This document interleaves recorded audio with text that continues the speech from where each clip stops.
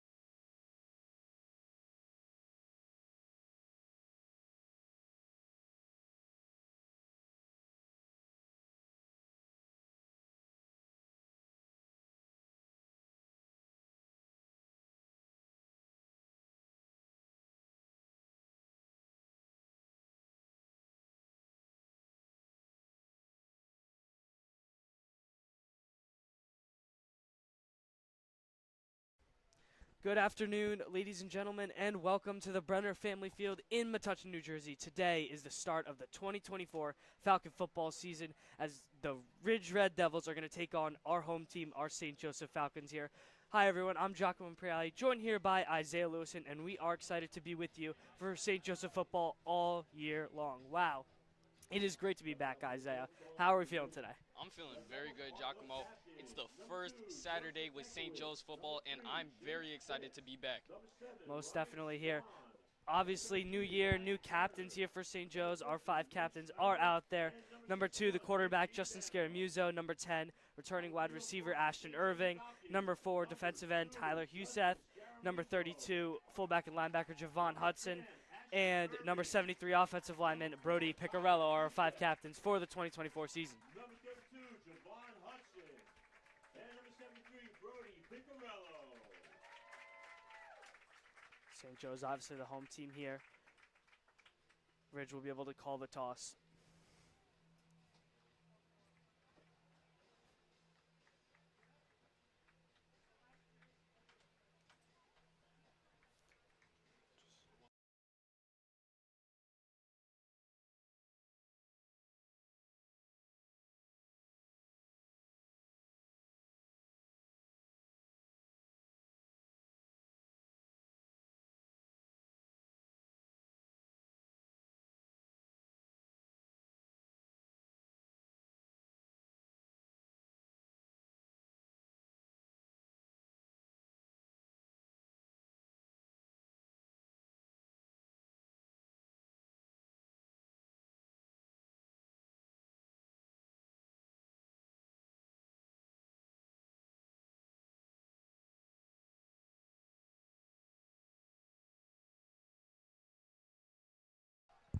Ridge has won the toss and has elected to receive the kickoff, so St. Joe's will start this year kicking it off to Ridge. Tyler Huseth will be the kicker, one of the returners for this St. Joe's team. He made 7 of 12 field goals last year and was 15 for 15 on extra points. And preseason, Isaiah was ranked a top 20 kicker in the state of New Jersey by NJ.com as we are underway here at the Brenner Family Field. Return is taken here by Ridge, and a big hit stops him short. Ryan Turner, the senior, takes it out for Ridge. Decent return there, about to the 25-yard line, and Ridge will set up shop there.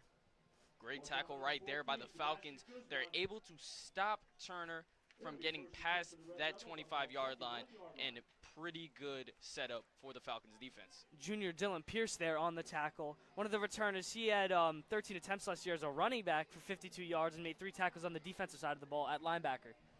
Isaiah, we're going to talk a lot about it this season, but the way I want to put it for this Falcons roster, it's really a half and half of returners and new guys. Just a lot of new faces, but a lot of returners. New returners-wise, they had a couple transfers in coming out, but they have guys like Reggie Beauplay and Jeremiah Barbasola transferring in to help bolster this younger St. Joe's team here. Snap under center. First play is a handoff up the middle, and a decent gain there for Ridge. That's the running back Aiden Stygels for Ridge. He had a monster year last year, Isaiah. 42 rushes for 304 yards, 3 touchdowns, and another 33 yards through the air on catches. I mean, Steglitz did very good with the amount of touches he got, over 300 yards as a junior, and coming into his senior year, he's looking for vengeance.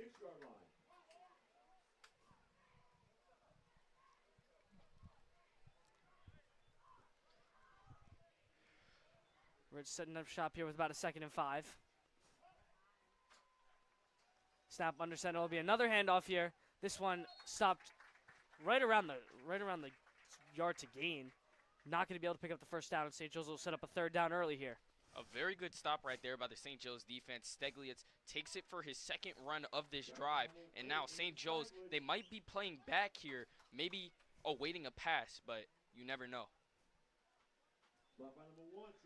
It'll be about a 3rd and 3. Tristan Bester, the sophomore there, you just heard it. One of the guys at St. Joe's, one of those younger underclassmen, Isaiah, that St. Joe's really needs to come make an impact.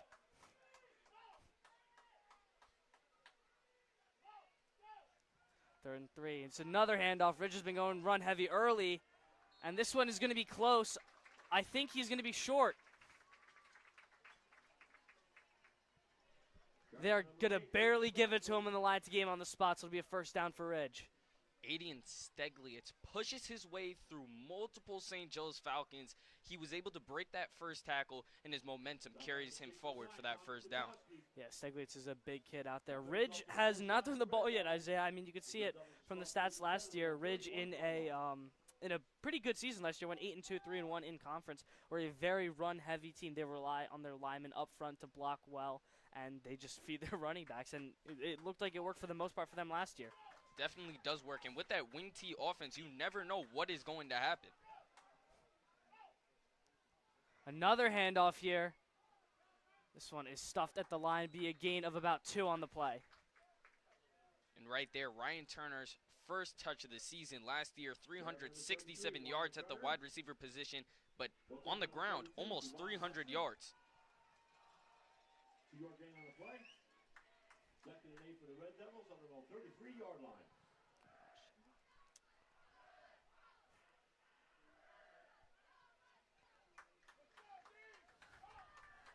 Yeah, about a 2nd and 8 here for Ridge. First time in the shotgun formation here for Ridge. Now come under center here. Rolling right, McLaughlin looking, firing, incomplete. First pass attempt there for Connor McLaughlin, the senior. Had 1 pass attempt all season last year, his first varsity start. So 2 new varsity starters at quarterback for both teams here today, Isaiah. Yep, and McLaughlin right there, maybe a little bit of jitters that we saw. He got it out a little bit too early. He was rushing towards that right sideline and wasn't able to get it to Turner. Obviously, the first pass attempt going wide, out of play. Isaiah, I believe that we should see a lot of, you could say rust or just, I think just straight up inexperience. 2 younger teams for the most part. A lot of guys, especially week 1, getting new time. And 2 new quarterbacks who, Scary Muso only completed 2 passes as a as a sophomore last year for St. Joe. So hasn't had a lot of time in that boat. And obviously, McLaughlin for Ridge hasn't had a lot of pass attempts either in high school. Nonetheless, here at 3rd and 8, McLaughlin will drop back, looking right, left, throwing left, and it's intercepted! Picked up, oh, Ashton Irving dropped it. Sorry, thought he hauled it in, dropped it at the last second. What a play right there by Ashton Irving. He's able to lurk in front of the ball, jumps in front of McLaughlin's pass, and almost gets that key interception for St. Joe's. From our angle, it looked like he hauled it in, and it just popped out at the last second. It'll be a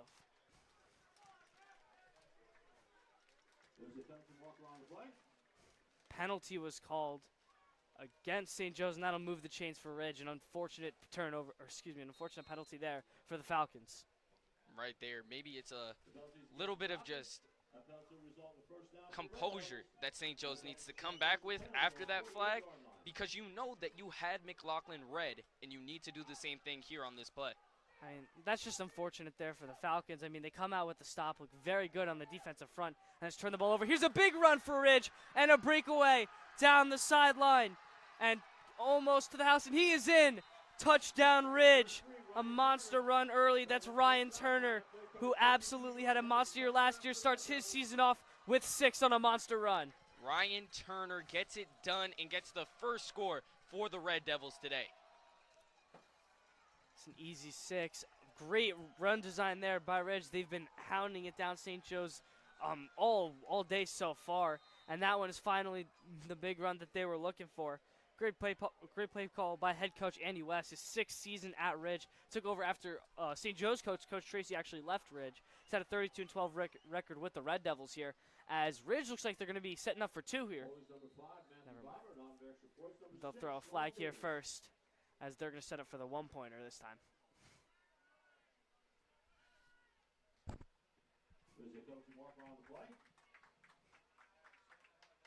A lot of miscommunication there for Ridge. Looked like they were going for 2 at first, and then the kicker went back. Let's go for 1, and they're going to just move this ball back. Very costly false start right here. So instead of it being a closer kick for Ridge, instead it's going to be past that 15-yard mark.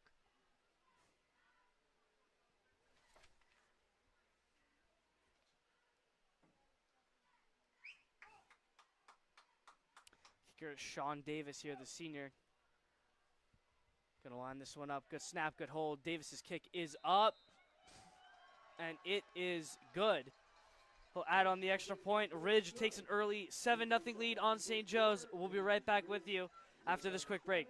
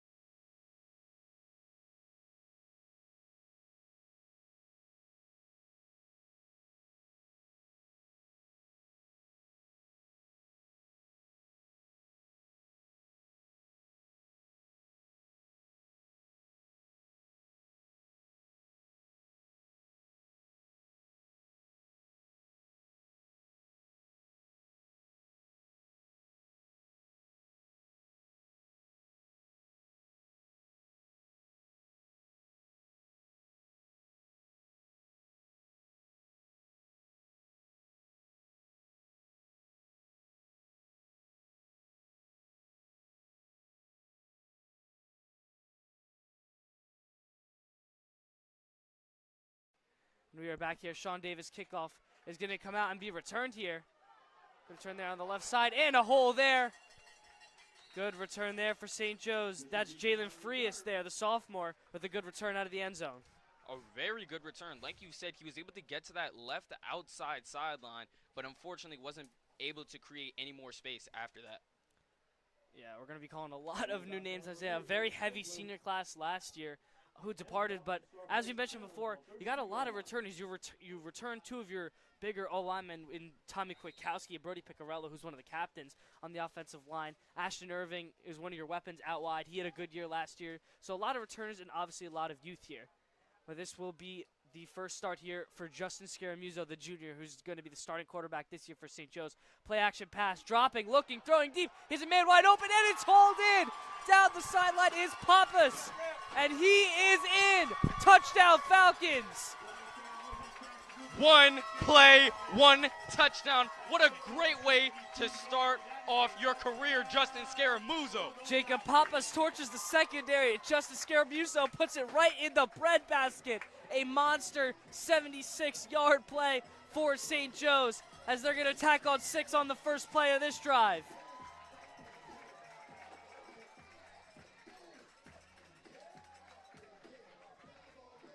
Wow, just what a way to come out firing. Scaramuzzo launches one downfield off the play action.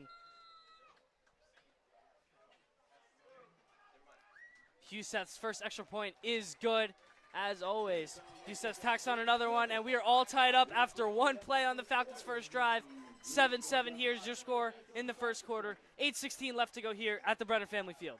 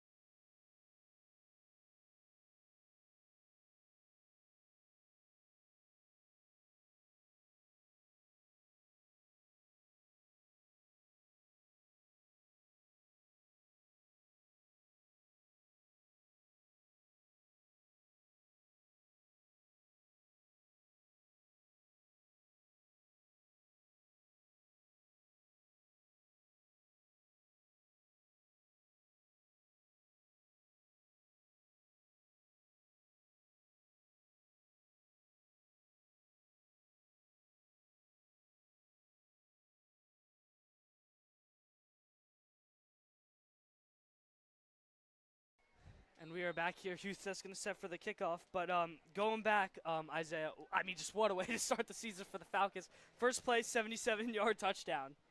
I mean, Giacomo, Jacob Pappas was able to beat the entire secondary, get out, and get that touchdown for St. Joe's. And what a pass by Scaramuzzo. And here's a good return here by Ridge. And some daylight here for Ryan Turner. This could be second of the day. Getting slowly chased down here. But Turner should be getting in here. He's at the 10, and he will walk it in. Touchdown Ridge. Ryan Turner answers right back right away. That's his second touchdown on the day already. Ryan Turner's big day continues, and if there is no flag and it's clean. I mean, just wow. That is just an extreme answer there by Ridge. Ryan Turner, his second of the day. I mean, he had 367 yards last year. That'll pick up about 90 already. Very early in the season for Ryan Turner, the senior.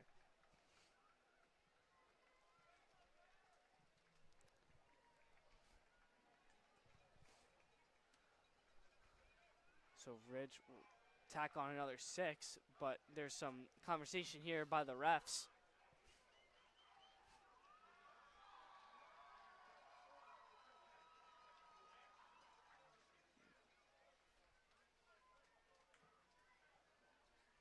Unnecessary roughness against St. Joe's, but the touchdown will stand. That penalty will be declined, and Ridge will put their 6 on the board.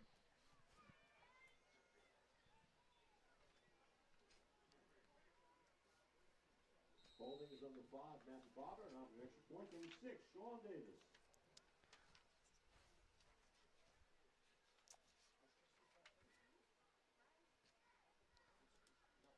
Sean Davis lining this one up. The kick is up, and the kick is good. Yeah, Sean Davis' extra point is good. He's 2 for 2 on the day on extra points. Ridge will hop right back up with the touchdown lead. They're up 14-7 here with 7:59 left to go here at St. Joe's.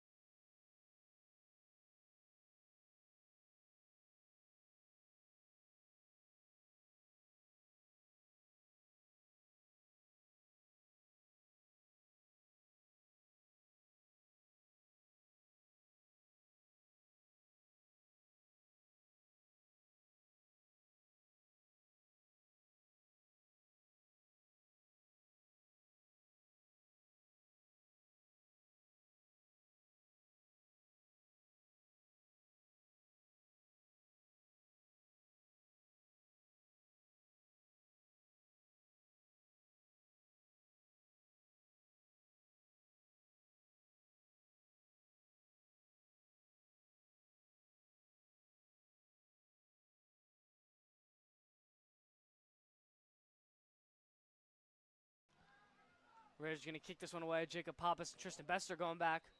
They'll let this one roll into the end zone. It'll be a touchback.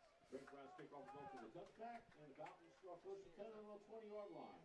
Attention fans, don't get to purchase your 50-50 tickets. 50-50s are on sale around the stadium. 50-50s are available around the stadium. Don't get to purchase your 50-50 tickets today. Thank you. St. Joe's, Isaiah, when they came out last drive, just pure electricity. I think Ridge was just anticipating the run as 1st and 10, high school football. You're normally going to run the ball. Goes play action and just bombs it downfield. Pappas was wide open, just completely fried the secondary.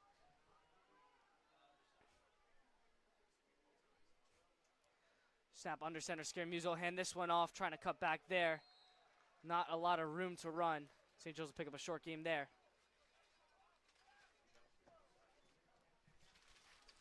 It's number 0, Tristan Bester on the carry.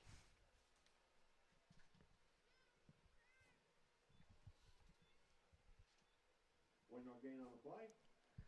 Be a 1-yard gain there for the Falcons. Set up a 2nd and 9 here in their own territory.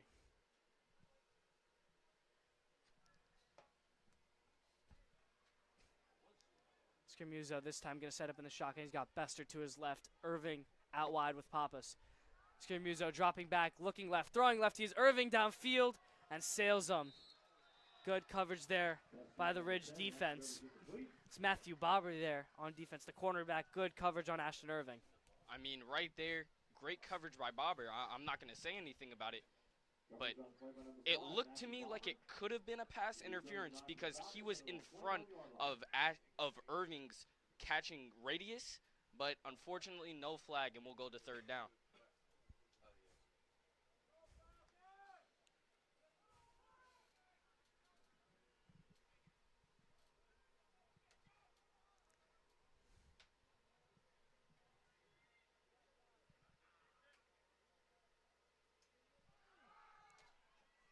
Scaramuzo looking left, throwing left. St. Joe's looking for a flag there as the receiver went down hard, but they're not going to get it. So back-to-back no calls for these refs so far. Right there, the outside route towards the sideline was receiver was pushed before he even got the ball. So I don't know how that's not a pass interference. And right before Irving, he was basically blocked from getting the pass. Yeah, rough break there for the Falcons. That'll be their first 3 and out here. Huseth will come on for the punt. Matthew Barber is going to be the return man. Huseth gets the punt off. This is a pretty good one, actually.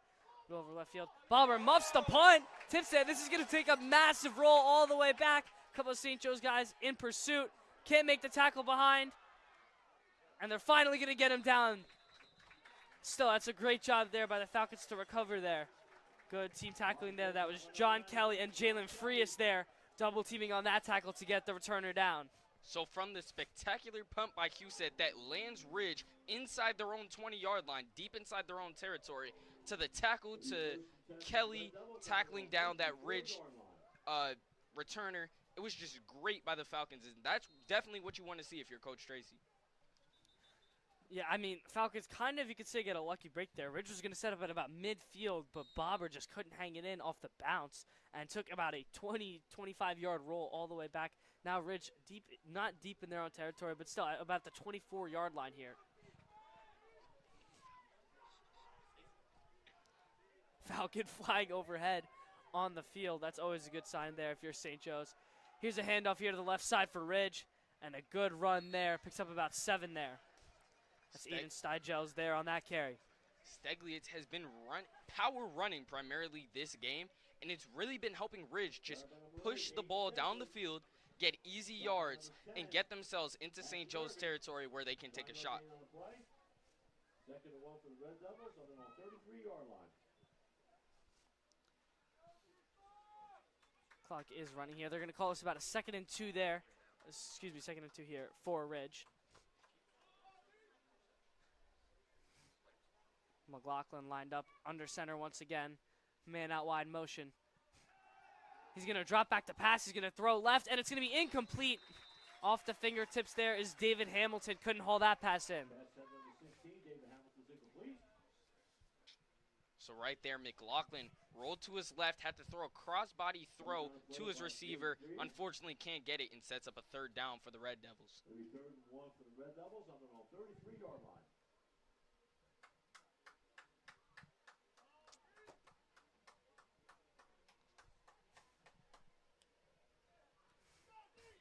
This is a big possession here, Isaiah, for St. Joe's. I mean, if they can get a stop here, get the ball back, put it right back in, obviously so very early in this game, but you want to have the momentum on your side, especially early when the Ridge run game has been successful so far.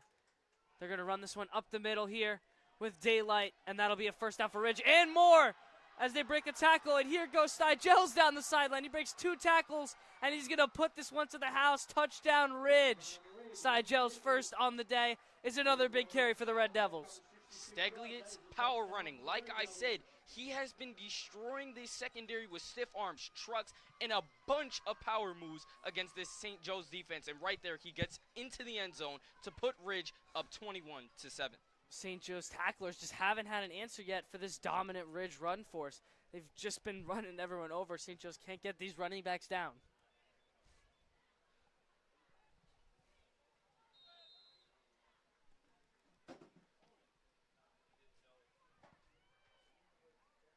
Ridge is going to line up for the extra point. 2 for 2 on the day so far. Sean Davis's 3rd kick is up, and that one is good. Puts on the extra point. Your score is 21-7 here at the Brenner Family Field. St. Joe's going to get the football back here with 5:45 left to go here at St. Joe's.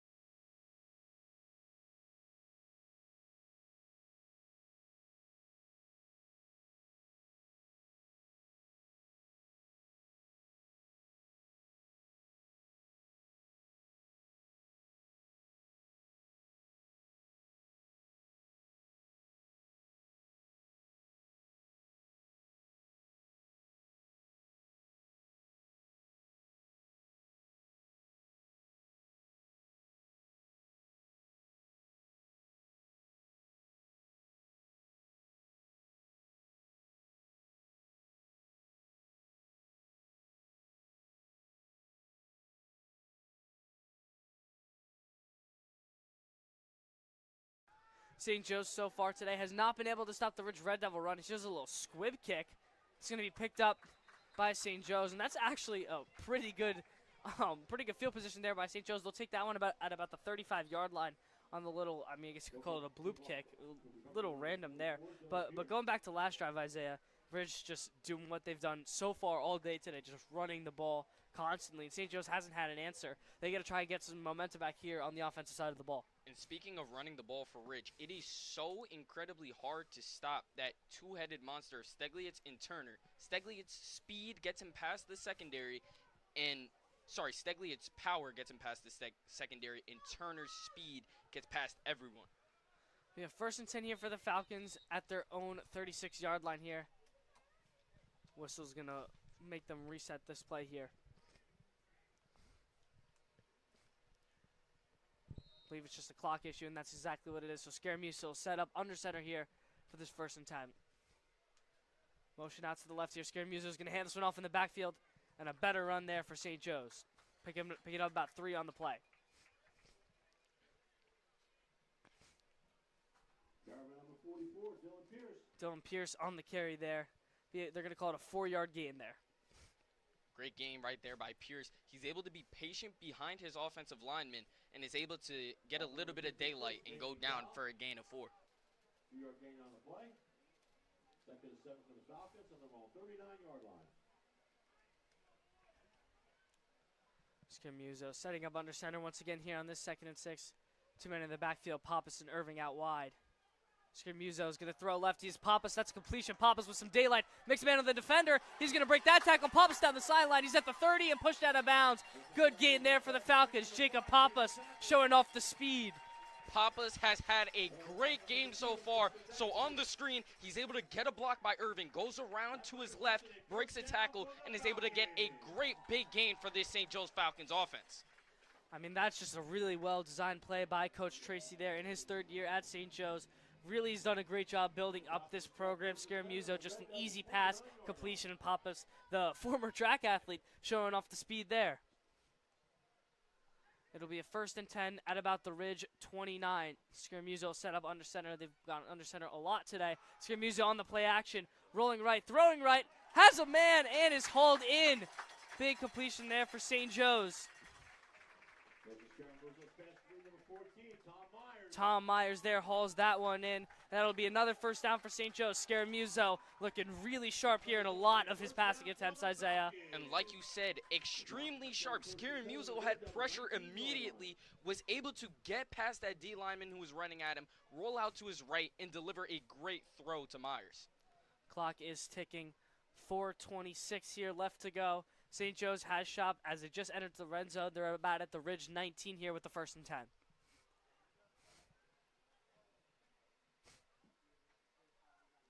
Scaramucci lined up on the center. They're actually going to hand this one off, and some good defense there by Ridge. They're going to stop this run well behind the goal line. Jalen Frias got blown up on that run. And Steglietz and another one of the Red Devils are able to gang tackle right there on the run play and push St. Joe's back a significant amount of yards. St. Joe's will lose 4 on the play. Be a 2nd and 14 here for the Falcons. 4-yard loss on the play. 2nd down for the Falcons on their own 20 on the Ridge 23-yard line. Scaramucci is going to come back here with the play and try and set up shop here.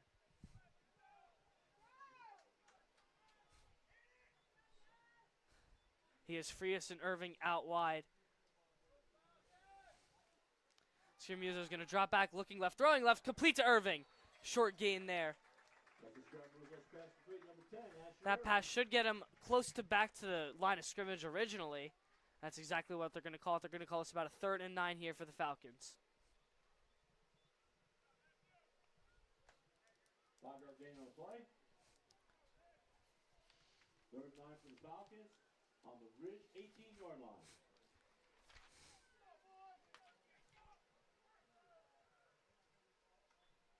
St. Joe's really wants to convert this one here. Put this touchdown in. He has Irving and Frias out wide once again. They're going to hand this one off on an end around, and that play is blown up by Ridge, and they'll hold strong, cause a 4th down here for the Falcons. So the offensive line for St. Joe's has been doing their part, but right there on the run blocking, you need to be able to move over to that side that your back is going to block and give him that open lane that he desires. That one was carried by the transfer Reggie Broplay. Excuse me. He had a pretty good year at Nottingham last year. 13 rushing attempts for 57 yards, 2 picks on the defensive side of the ball. As Tyler Huseth's going to line this field goal up. Kick is up, and the kick is going to be good. Tyler Huseth making his first field goal of the year. He'll tack on 3 for St. Joe's, and St. Joe's will now strike closer here. Still down 21-10 here at the Brenner Family Field. 2:08 left to go here.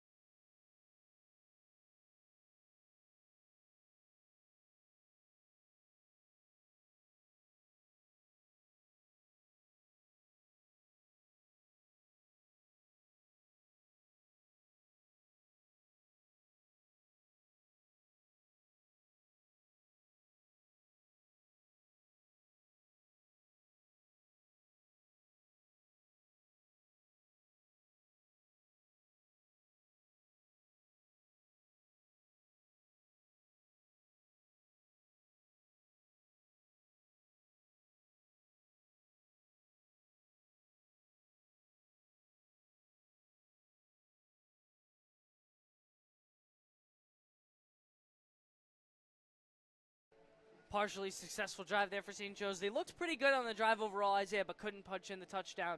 They'll tack on another 3, though, on a Tyler Huseth field goal, so he'll kick this one away here. Pretty good kickoff, but it will roll out of bounds as the flag flies. I mean, pretty good field position for Ridge as they'll take over the ball. Isaiah, on the defensive side of the football, if you're Coach Tracy and the St. Joe's defensive coordinator, I mean, what's the game plan here? Because Ridge really just has ran the ball down the throats of the Falcons all day, and they've had no answer for it so far. Well, I think you run a safety in the box. You're able to be on that run, and definitely a run commit. These 2 running backs for Ridge have been running all over this St. Joe's defense. So you need to take awareness of the speed of Ryan Turner and the power of Aiden Steglitz and get to them quickly. Ridge will have pretty good field position here. After kicking this one out of bounds, they'll set up shop on their own 35-yard line.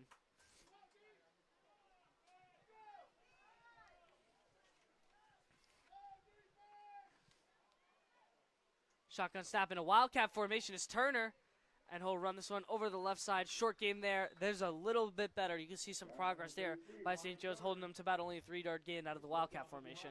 And right there, something most people might have not seen.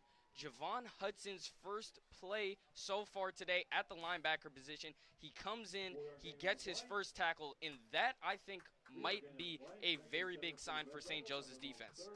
They're going to give a generous spot there for Ridge. They're going to call it about a 2nd and 7 here for the Red Devils. Clock is ticking. 1:30 left to go here in the first quarter.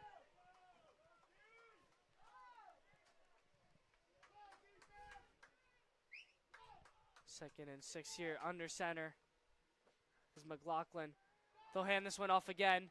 Here's a good run for them. He's going to be short, though, and there's that safety in the box Isaiah, that you could see coming up there, leaving it short there. Steglitz is going to be short of that line to gain. They'll call it about a 3rd and 2 here. And right here on this run, you need to protect the D line. You need to get everyone going past them. I say you might need to run a blitz right here because you know that they might just pound it to get that first down. Clock is ticking. 50 seconds left to go here in this first quarter as time is winding down. McLaughlin will be the quarterback under center. He has 3 men in the backfield, no one out wide, man in motion. And they're not going to pitch it to him. They're going to go up the middle, and that run play is finally blown up by the Falcons. They come up with a big stop and force Ridge on a 4th down, and most likely will be punting this one at around midfield. And right there, the line commit right there, as I said before the play, they were able to get to Steglitz before he was able to even cross the line of scrimmage, and now they force a punt with the clock winding down. They're going to call it a 4th and 3 here on the play. Offense in a really weird formation here. Irving's going to run back. St. Joe's thought that they were going to go for it and then realized they were punting it. Irving had to run back but got lucky because the time ran out at triple zeros on the clock. That's a very big break there, Isaiah, for St. Joe's. Definitely, Giacomo. But with that being said, though, I mean, St. Joe's finally comes up with a run stop, and that'll set up the fourth down. We'll see what they'll be doing here for the start of the second quarter, but nonetheless, St. Joe's finally getting some defensive momentum here. St. Joe's will still trail 21-10 here as we'll head into the second quarter here at the Brenner Family Field.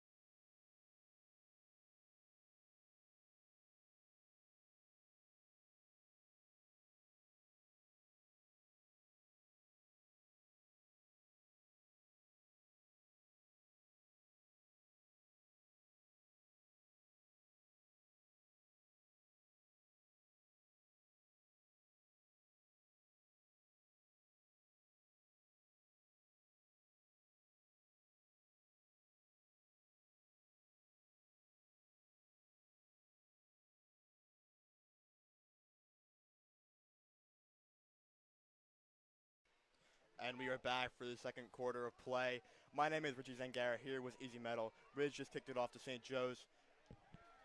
And it looks like it's going to be a good one inside the 10-yard line as St. Joe sets up shop for the second quarter. It is 21-10 Ridge. Punts down by number 62, Bodie Ganny.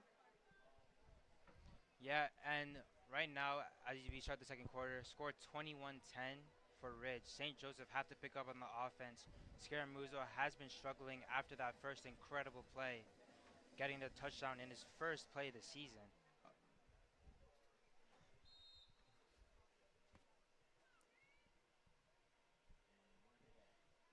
St. Joe's breaks the huddle to start their drive. The Falcons will start first and 10 on their own 11-yard line. Scaramuzzo is under center. Takes a snap. It's a give. Here, play action. Scaramuzzo takes a shot. He's a man. Jacob Pappas with a big play. Jacob Pappas with a monster catch. St. Joe's goes down to the Ridge 35-yard line. First play of the drive. Yeah, what an arm there from Pappas to catch that ball. Beautiful throw from Scaramuzzo. Again, we saw that in his first play. He has that ability, he has that arm to make an incredible throw right down the middle, and Pappas gets that really big gain for Joe's. Certainly, St. Joe's has been very good out of the play action so far. First play of the game, got a touchdown off of that play. Yeah, really electric way to start the second quarter, already in Ridge territory the moment they start off a snap. Scaramuzzo under center again. And to give for a short gain of about 3 yards. Yeah, pretty good work right there from the defensive line there from Ridge. 2-yard gain on the 1-yard gain on the play. Second and 9 for the Falcons. On the red double 36-yard line.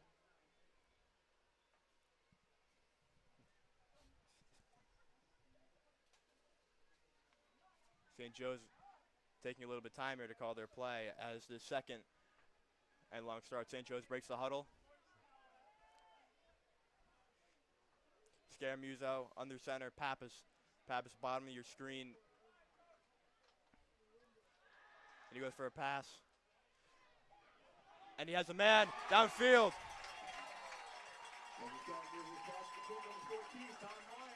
Thomas Myers with the big play. St. Joe's is in the red zone. Another fantastic throw by Scaramuzzo. Yeah, second receive from Tom Myers today. Second of his career as that tight end. Beautiful catch, beautiful throw from Scaramuzzo again. And they get that first down. And they're starting to get a little bit more aggressive offensively. Definitely going to feel the momentum going for St. Joe's, especially in the passing game.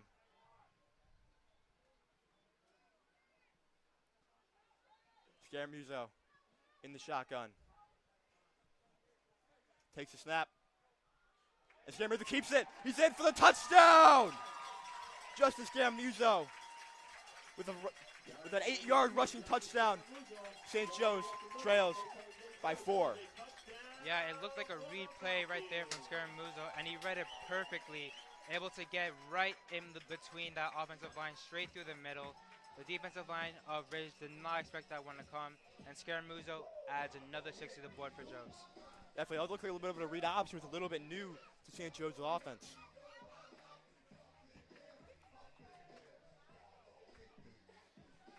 And the kick is up. And it's good.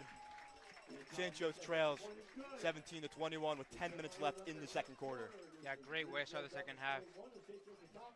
It's 2 amazing throws from Scaramuzzo to Tom Myers, who gets 2 receives.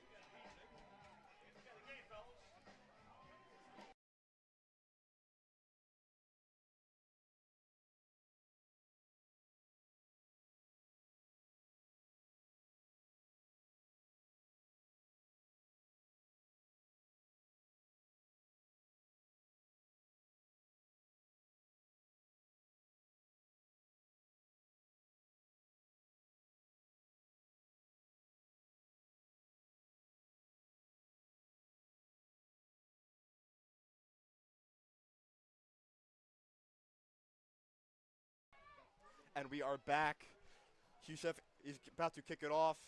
St. Joe's having a very nice drive. Ridge will get the ball for the first drive in their second quarter. He's kicked off. Looks like a little bit of a big return here. And he goes down right about the 30-yard line where Ridge sets up shop. Yeah, pretty good receive there from Ridge, able to get a little bit over the 30-yard line. Matt Barber. He's brought down by number 99, John Kelly. John Kelly with the tackle. And the Red Devils will start first and 10 on their own 32-yard line. We've seen a lot of run heavy plays from Ridge. And St. Joe's having a little bit of tough time tackling. I think they'll continue that in the second quarter. Yeah, it has been an amazing game so far from Aiden Stegliatets. His strength has been able to get him past that D line from Joe's. And into that secondary, it's just too easy for him. He's already all the way. His acceleration is up to the max. We'll see if they He's can under make a way center. to stop it now. It's a toss.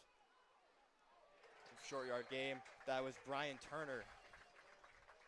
Yeah, that was a lot better this time for St. Joe's. Able to read that toss to Ryan Turner.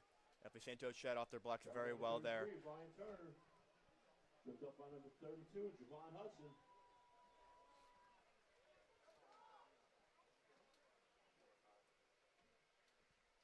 Three-yard gain on the play. Second and 7 for the Red Devils on their own 35-yard line. Ball on the 45. Danocek under center. Man in motion. It's a fake toss. Give up the middle. And it's stuffed by St. Joe's. The entire defense on him for a loss of 3.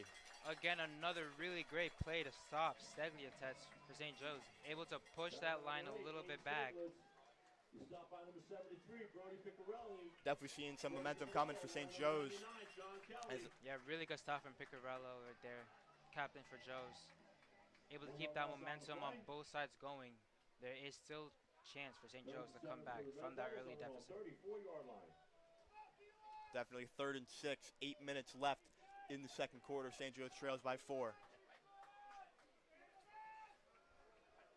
McLaughlin in the shotgun. Takes a snap, looks left. It's a dive up the middle, and he stops short of the marker. 4th down for Ridge. St. Joe's gets the ball back. Connor McLaughlin on the carry. Yeah, Looked up by number 32, Javon Hudson. Connor McLaughlin has not had to do much this game. It's mainly been the running play. He tried one himself, but St. Joseph D-line is starting to stir a bit of a storm on that defensive side. Three straight plays. Really good defense from St. Joe's. A lot of new guys on that St. Joe's team. Getting a little bit comfortable in the second quarter.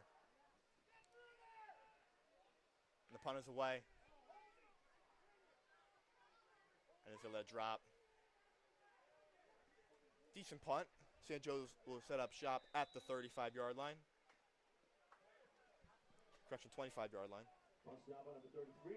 Yeah, and that electricity that started the second quarter for St. Joe's, are they able to pick it up? Scaramuzzo, Tom Myers, and Jacob Pappas all had some really amazing plays. Attention fans, how about a great big round of applause for our Ridge Red Devil varsity cheerleaders? Scaramuzzo having a fantastic game so far in his varsity debut. A passing touchdown, first play of the game, and a rushing touchdown. Can't be a better start for the kid. Exactly. He's coming, he has a lot of shoes to fill. He had to make big plays in order to come back from that deficit, and he has, with two amazing throws to Pappas, one to Tom Myers, and his own read option to get a touchdown. Great start. Scaramuzzo in the shotgun. He drops back, looks right.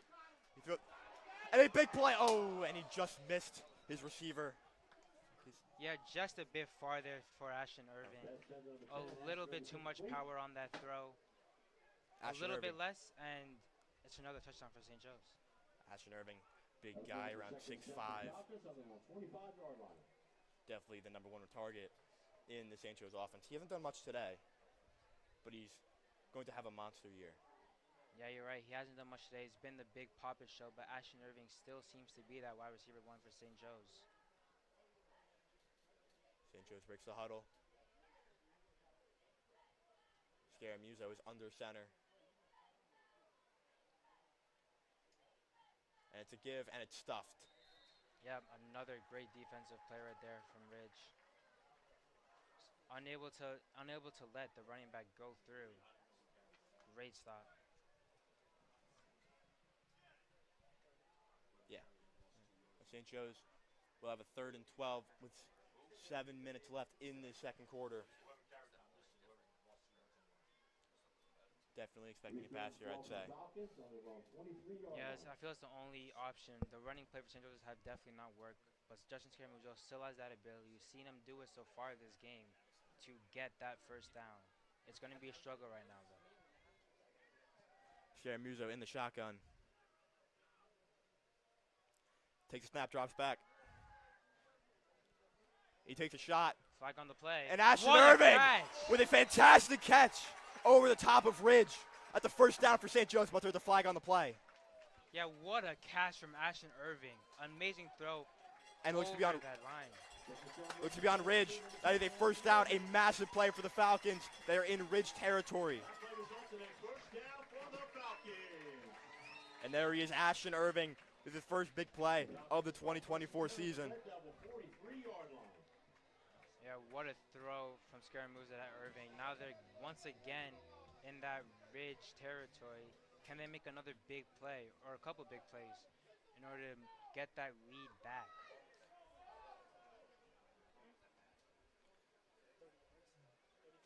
Following the 38-yard bomb by Scaramuzzo. He's under center.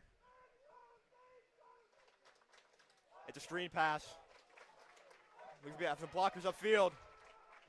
A very nice play ran by St. Joe's. That is Jalen Frias making his varsity debut as well. Yeah, amazing screen play from Coach Tracy there. And Frias, the sophomore, what acceleration he just had to get past that first tackle. And that's another first down for St. Joe's. St. Joe's definitely getting in a groove. Ridge kind of on their heels a little bit. Scaramuzzo, he's under center.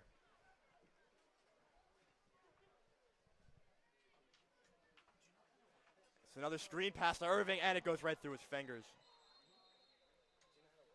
Yeah, they tried this a really similar play. Ashton Irving just was going to get his hands on that. Looked like it slipped through. A little bit of a weird drop for Irving.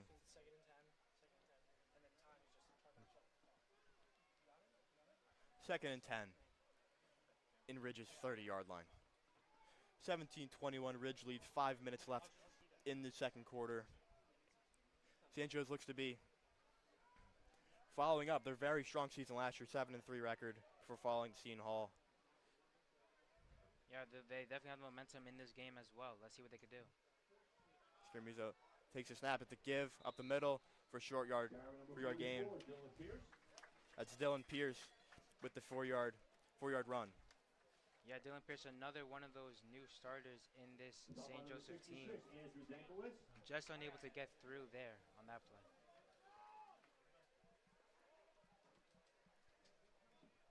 4-yard gain on the play. The big third and 7 for St. Joe's here. 27-yard line. Believe they're right on the line of Tyler Hughes at field goal range. Yeah, but I'm not selling with the field goal here. I'm just trying to get that touchdown, trying to get that lead. And Scaramuza's making a really good run right now. Takes a shot, and it's nearly picked. And the flag on the play. Looks to be a pass interference. That'll be a first down, move the chains for the Falcons. Big penalty there to keep this drive alive. Yeah, there might be pass interference there. That's what it looked like to me. It looks like there was a push on the back. It might Yeah, go St. Joe's way. Looks to be on Ridge.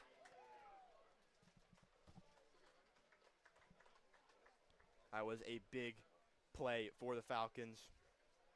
Getting that call. Ooh, it's actually against St. Joe's on Sportsmanlike Conduct on number 5, Jacob Pappas, and it's 4th down.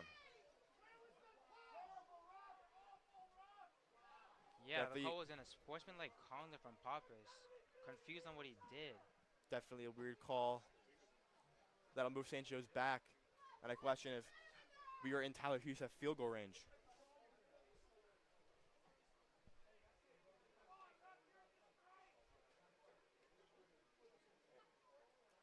We'll be all the way back Yeah. at the 42-yard line. This is definitely out of Tyler Hughes at field goal range. We have a little bit of a decision by Coach Tracy. Looks like the special teams is coming out. Looks like they're going to send out the punt team.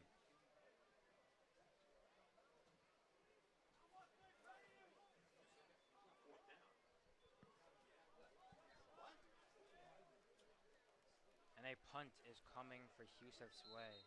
That's a little bit of a bad way to end the drive. St. Joe's had some good momentum, a very solid drive. Timeout, Red Devils. And it was going to be a big possession. 5 minutes left in the second quarter. They should be able to get the ball back, but definitely a disappointing drive for St. Joe's.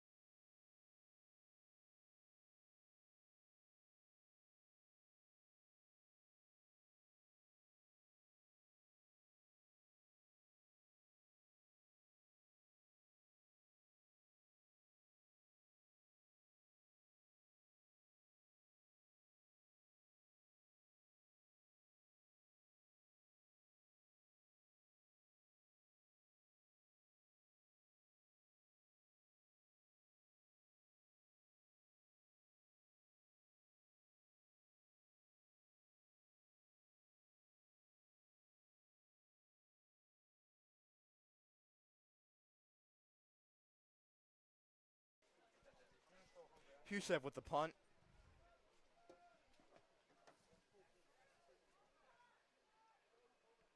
Matthew Bobber, the return man.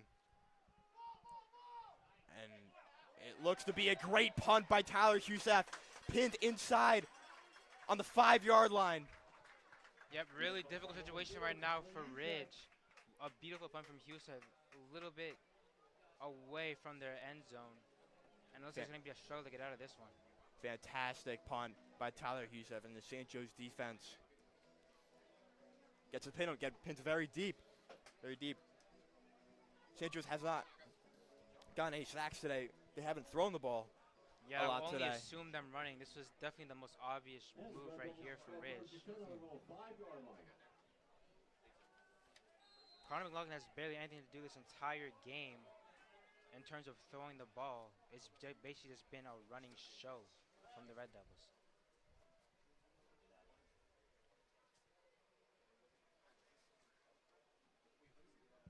Ridge breaks the huddle.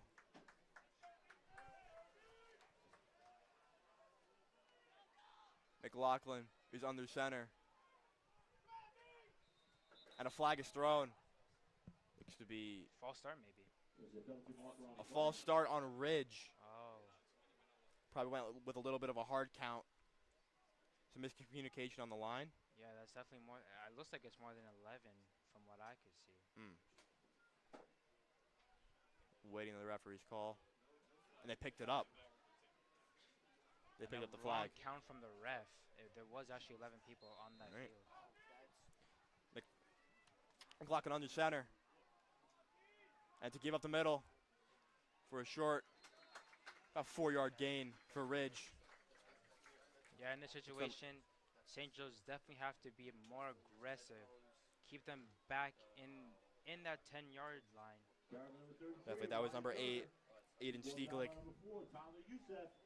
The 2nd and 9 for Ridge. No gain on the play. 2nd and 9 for the Red Devils on their own 6-yard line.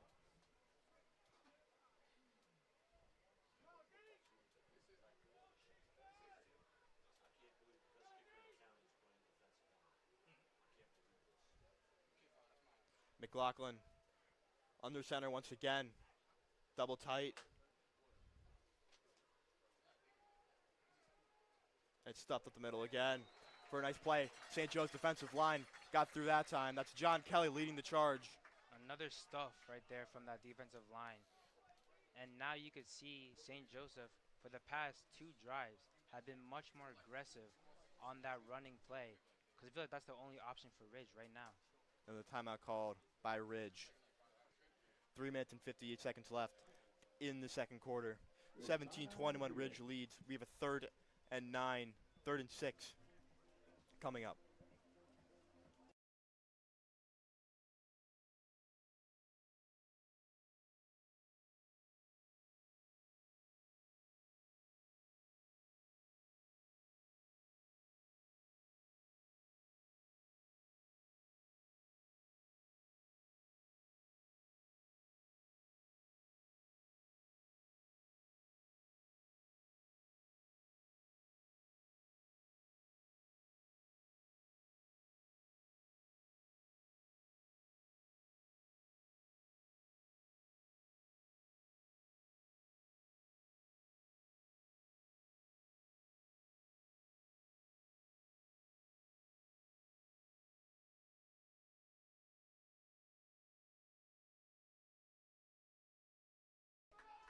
And we are back for a big 3rd and 6 for the St. Joe's defense, trailing by 4 with 4 minutes left in the first half.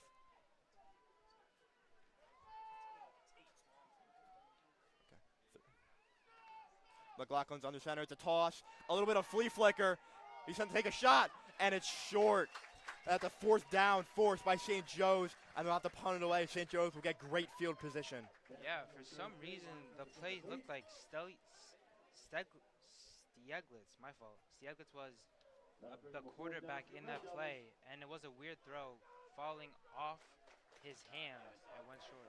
It definitely, St. Ridge going into their bag of plays a little bit. Head coach Andy West. In 6 years, 30-12 record. Ridge will punt it away. Ashton Irving. Yeah, really good 3-and-out play right there from Joe's. Now he has to punch from so far in that end zone. St. Joe's gets the return. Looks to be a decent one. A fantastic, tough run by Reggie Bropel. St. Joe's will start up in Ridge's about 19-yard line. Yeah. It was a really good receive right there from Reggie. The transfer from Nottingham has had a really good start, really good move right there from that catch. And it looks like Joe's automatically right back in Ridge territory. Can they make something happen? Can they get that lead back? Or even get a field goal through? Definitely. Scaramuzo under center. And it's a give up the middle. To Tristan Bester, the sophomore. Short yard gain. About a 2nd and 7, 2nd and 8. That's what has been happening so far for St. Joe's. That short yard gain. And then an electric throw out of nowhere from Scaramuzo usually comes out of this. Clock winding down, 3 minutes left in this first half. St. Joe's is in Ridge territory in the red zone.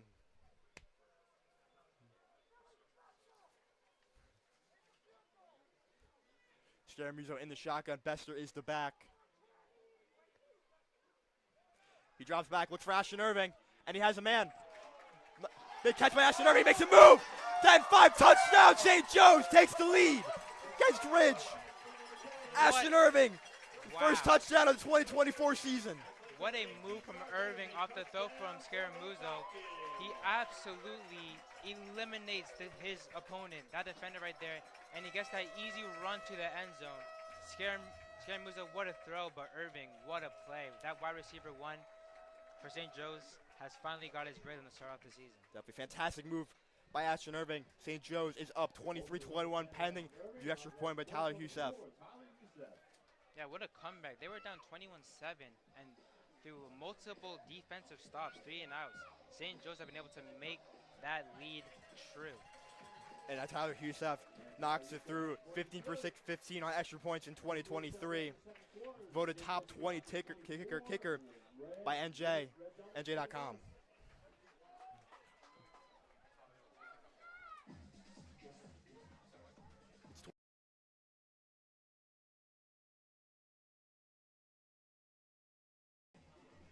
It is 24-21 with 2 minutes and 47 seconds left in the second half. I'm Jack.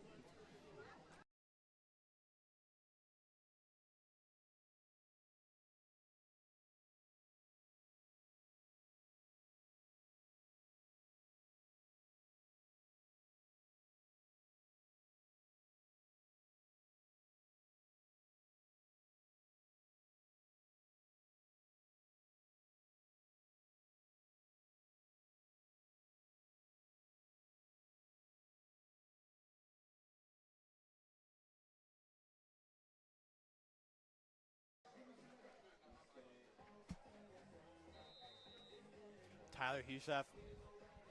About to kick it away for St. Joe's.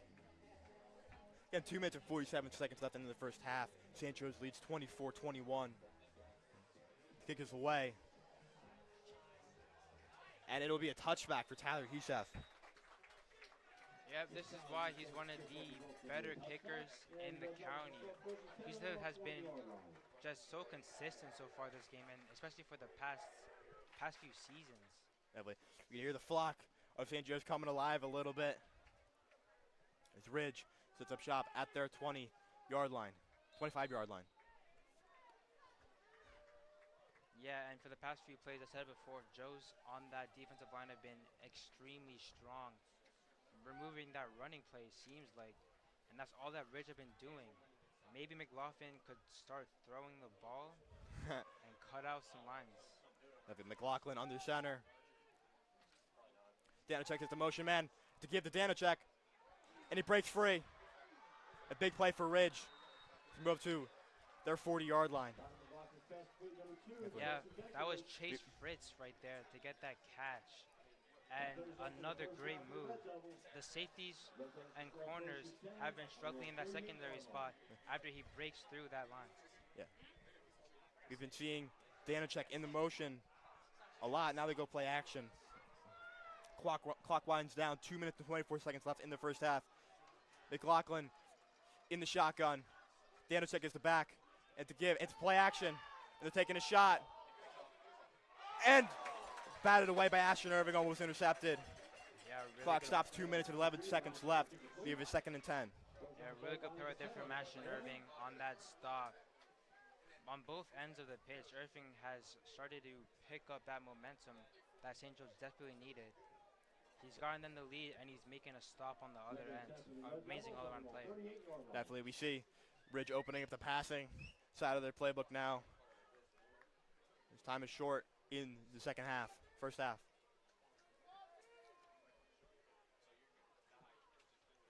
Danachek under center. McLaughlin under center. Danachek is the back. Danachek in motion. He drops back. And he hits. A big hit by Jacob Pappas. And a big wrap up. And there's the flag. Looks to be on Ridge. A little bit unnecessary What a roughness. big That was guy.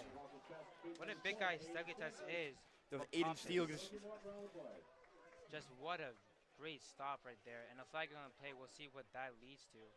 But Poppis, a really great stop right there. And stopped what looked to be a really good opportunity for Ridge. If they were waiting the flag.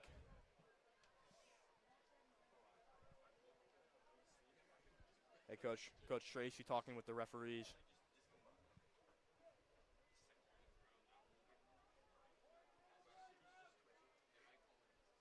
Not sure what the refs are doing.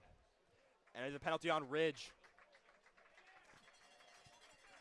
Unnecessary roughness. Moves back 10 yards.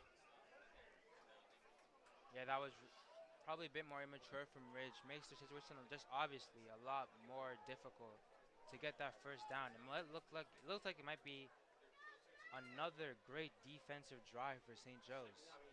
With 2 minutes left. Ridge has himself in a little bit of a hole here. It'll be second and long. 2 minutes left in the second quarter. St. Joe's leads 24-21. Ball is on the 36-yard line of Ridge. Yeah, they have to get to that 48 in order to get the first down.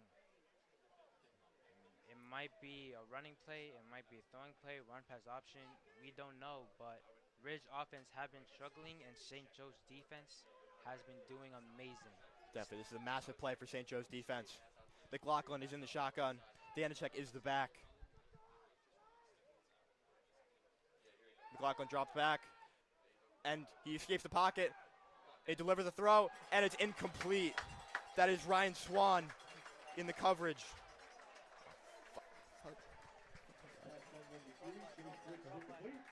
Correction, Reggie Bropath in the coverage. It is a 3rd and 20 for Ridge. 1 minute and 52 seconds left in this first half. Really good and really important stop right there from Bropath. This transfer for St. Joe's has had a really good start for a season on the returns and on that defense. Stopped an amazing play that was looking like, again, another great play from Ridge. Here we go, McLaughlin in the shotgun. Janacek once again in the back. McLaughlin takes a snap, drops back. And St. Joe's is going to escape the pocket, and it will be down short. Oh, and a fumble! And St. Joe's has it. St. Joe's recovers the fumble, defensive turnover. Wow, what a drop right there from McLaughlin. And St. Joe's reaction, immediate reaction to pick up that ball. I can't seem to see who it was, but what an amazing pickup right there from Joe's. And again, a great territory for St. Joe's to get Recovered another touchdown. by Tyler Husef. And looks to be some confusion on the field right now. Looks like the fumble was recovered by Ridge. They will punt it away because it is 4th and 20. Timeout. Ridge.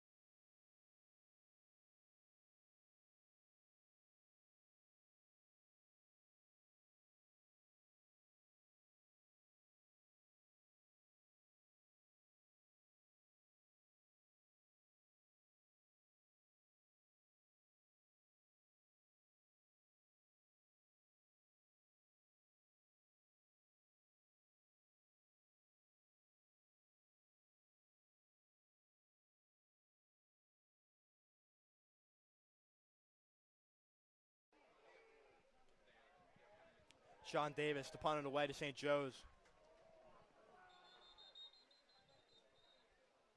Another Pause on whistle the by the play. referee.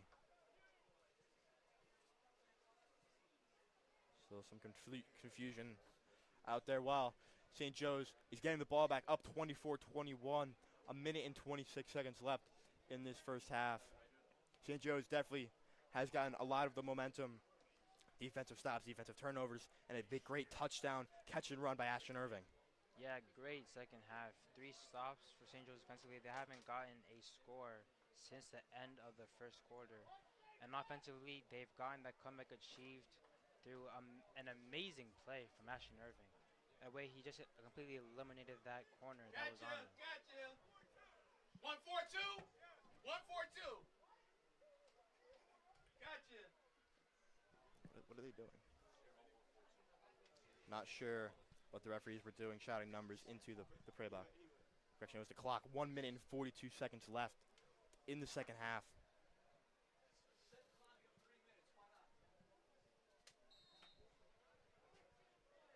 Sean Davis punts it away.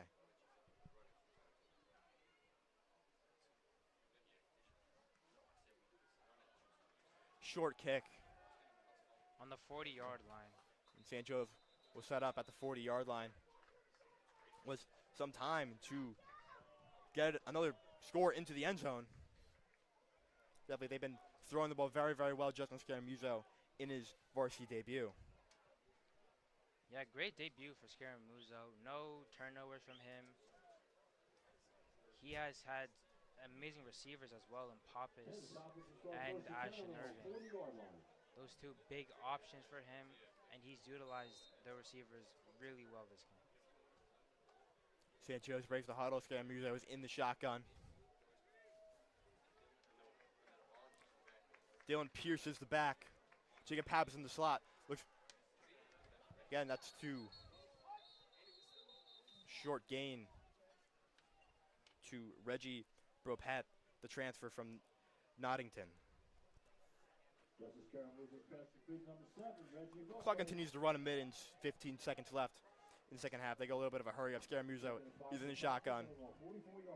And that shotgun forms clock is Scaramuzo drops ticking. back, escapes some pressure, and looks like he's going to be dropped. That is a big play for the Ridge defense. Clock winds down. A minute left in this first half. It looks like St. Joe's might just let this run. Yeah, 10-yard loss brings him all the way back to the 30.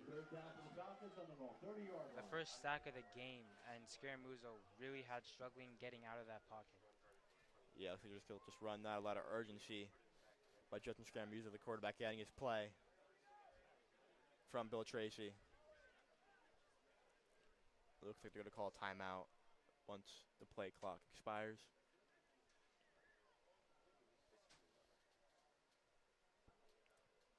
Yeah, a huge play by this Ridge defense, stopping St. Joe's in their tracks. They've been very, very strong in the past. That's the first sack of the game by either team. Yeah, they could have really had a touchdown with the amount of time they had. It was about 1 minute 50 seconds, and a really, really huge sack right there for Ridge. Yeah, St. Joe's Stopping takes that momentum a little bit. St. Joe's takes a timeout. 16 seconds left in this first half.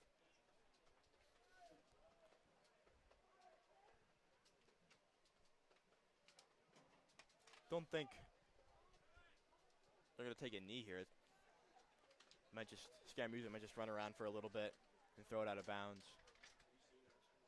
Ridge does have 2 timeouts. They could try to get the ball back for a little bit of Hail Mary.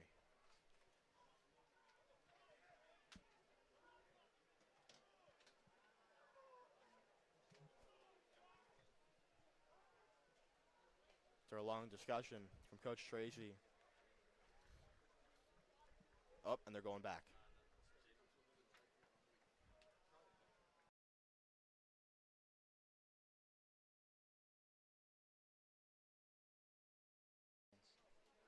St. Joe's finally breaks their huddle from Coach Tracy. Scaramuzo is in the shotgun. Yeah, see what we could do in these last 60 seconds. Ridge is playing prevent. Scaramuzo drops back and fires, and incomplete to Ashton Irving, just a little bit short. 11 seconds left in this first half. his fourth down, and Tyler Heath will come out and punt it away. Yeah, a little bit short of a throw there from Scaramuzo. It might be a little bit of fatigue from just the amazing dose he's had so far. It'll bring him a 4th down for the Falcons. Definitely a costly sack on second down. 11 seconds left in this first half. I don't know how much Ridge is going to get out of this, but most important thing right now is get the returner on the ground for St. Joe's. Yep, that is right. They do not, really do not want to have another Heath punts play. it away. And looks to be a decent return. It'll get down St. Joe's 45-yard line, and that'll be the end of this first half. My name is Richie Zangara, here with Easy Metal. We'll be right back with you for the second half of St. Joe's football.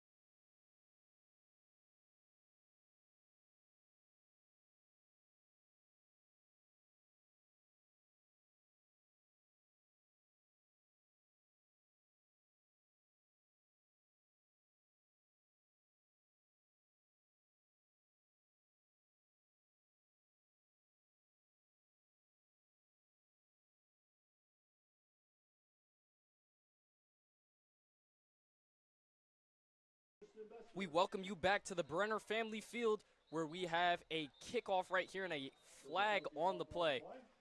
So to start off our third quarter of play, 24-21 for the St. Joe's Falcons. My name is Isaiah Lewis and joined here by Isaiah Meadow for this second half of play. Isaiah, we saw a lot of good things happening for St. Joe's in that first half of play.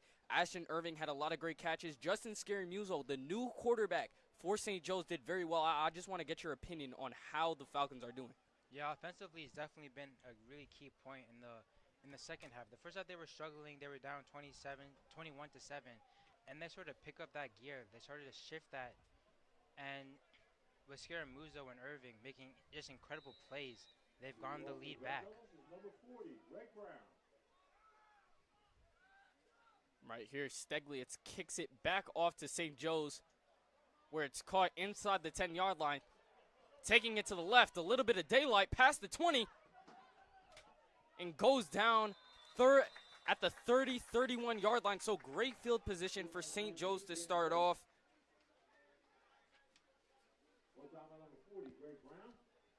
As Scaramuzo will come in for St. Joe's for his first drive of this third quarter.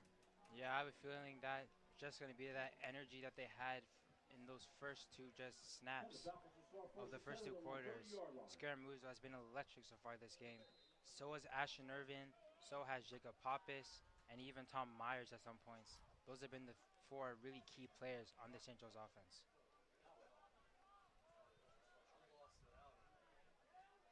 So Scaramuzo will hold on to it on a read option, try to stiff arm a man, goes down real quick, and right there he is tackled by Nate Endall.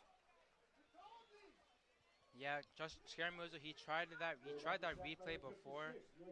He got him a touchdown. This is the second time he tried it this game. Been unsuccessful though. Looks like he lost a bit of yards. So after that loss of 3 for St. Joe's, they'll have a 2nd and 13 inside their own 30-yard line. And if you're Scaramuzo, you need to think about ahead, actually, in this game. You need to think about what you want to do, how you want to. Do you want to run the ball? Do you want to pass the ball and get easy yards? Right here, they're going to hit a screen. Pappas jukes a man. Another double juke. Takes it up the middle. Has a block. What a block by Brody Picarello. He's racing down the left sideline. Inside Rich territory. What a play by Jacob Pappas. Incredible gain. Pappas has been elite so far this game. About 3-4 jukes on that line, and then he just breaks into their secondary, and he is through. Just got pushed out of balance, though, but an insane gain for St. Joe's. And an unfortunate injury right here. Ryan Turner for Ridge is down, so we're going to have an injury timeout. Our score 24-21 with 10:48 left.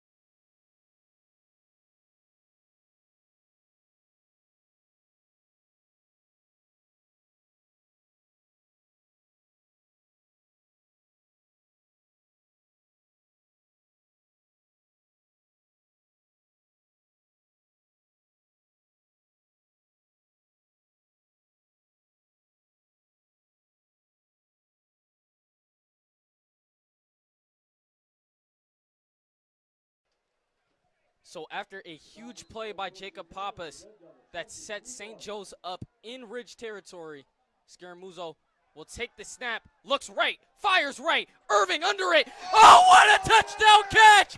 Ashton Irving! Right in his hands. Scaramuzzo, what a throw. Ashton Irving also And it will be a flag on the celebration, holding up the Shador watch.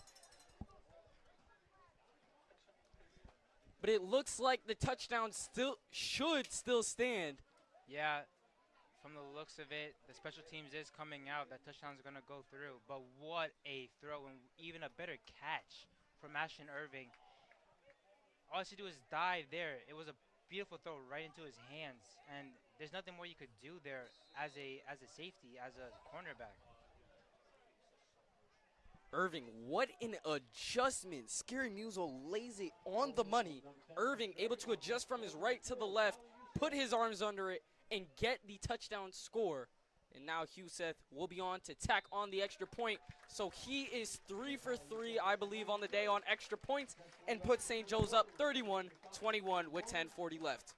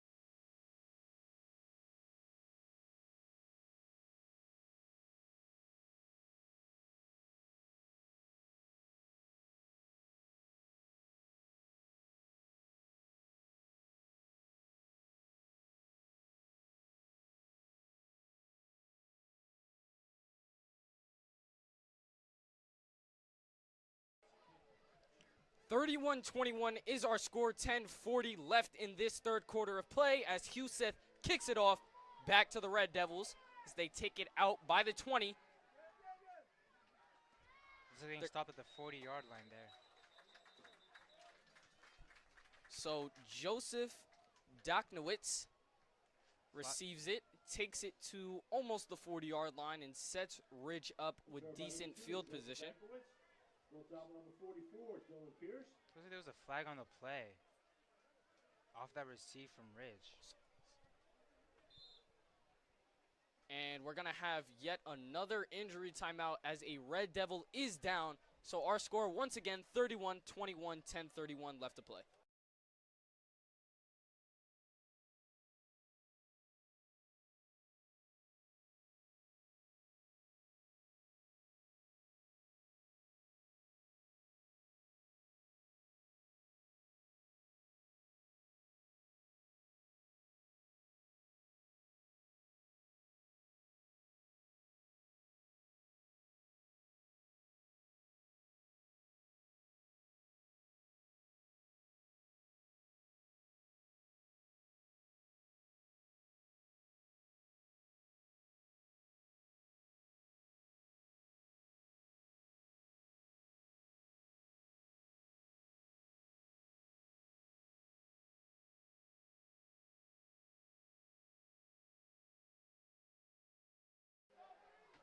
(31-21) after the injury timeout.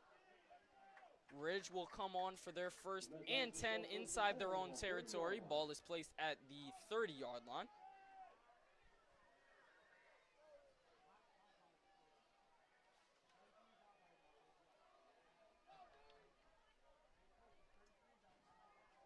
It'll be a fake pitch thrown right to And he's Daknowitz, through. and he is racing down the right sideline, tackled inside the 10. So that is going to be a crazy big play for Ridge. Sets them up deep inside St. Joe's territory.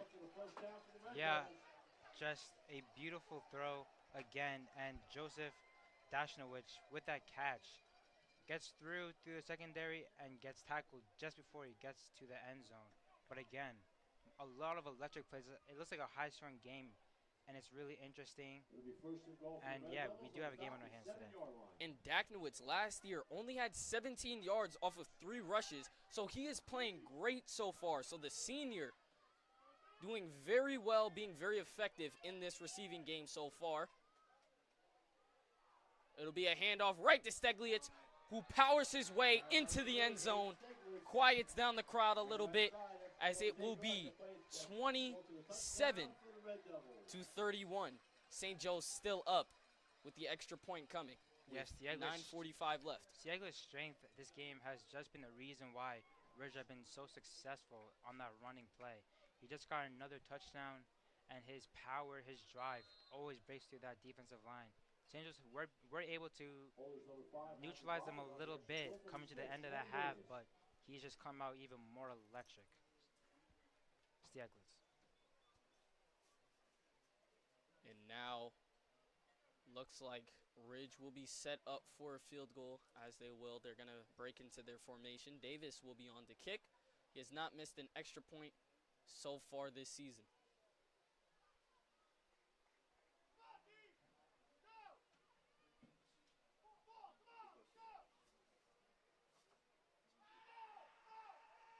Davis's kick is up and through, as it will make it a 31-28 game with 9:45 left.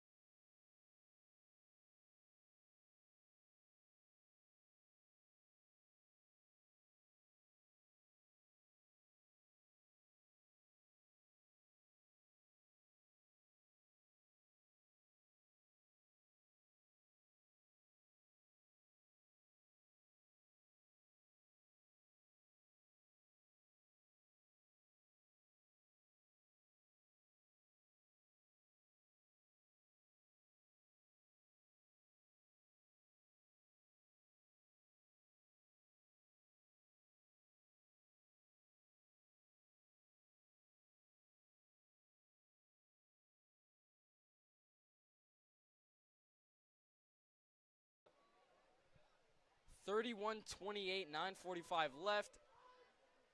After the Ridge kick did not reach the amount of yards, they are now on to kick once again. And we have cloudy skies here at Brenner Family Field. So let's see if this affects the game in any way. It'll be taken down almost to the 30-yard line and sets up St. Joe's at their own 29.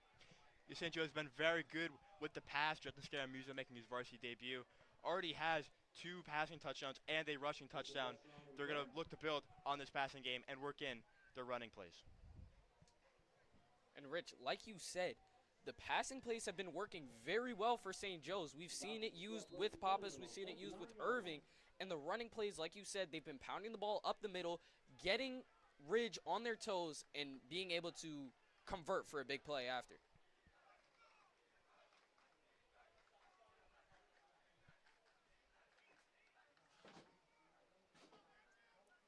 Scaramuzo hands it off, and that will I believe, go right to the line of scrimmage. Yeah, another short yard gain for St. Joe's. Offensive line still having some trouble getting off the ball quickly and getting their pads low on this Ridge defensive front. Oh, and right here, the transfer, Reggie Bropley, is down. So we're going to take another injury timeout. 31-28, 9:23 left in this third quarter to play.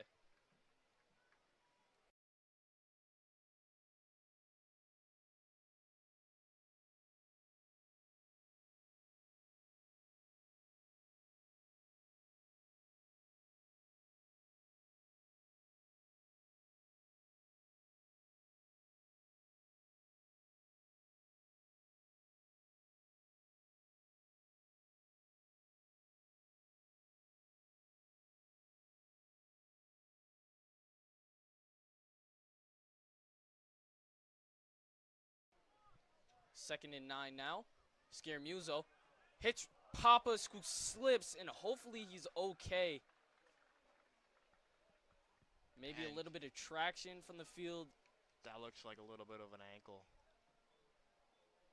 and this might be a huge loss for St. Joe's. Hopefully Pappas is okay, but we're going to take our another injury timeout.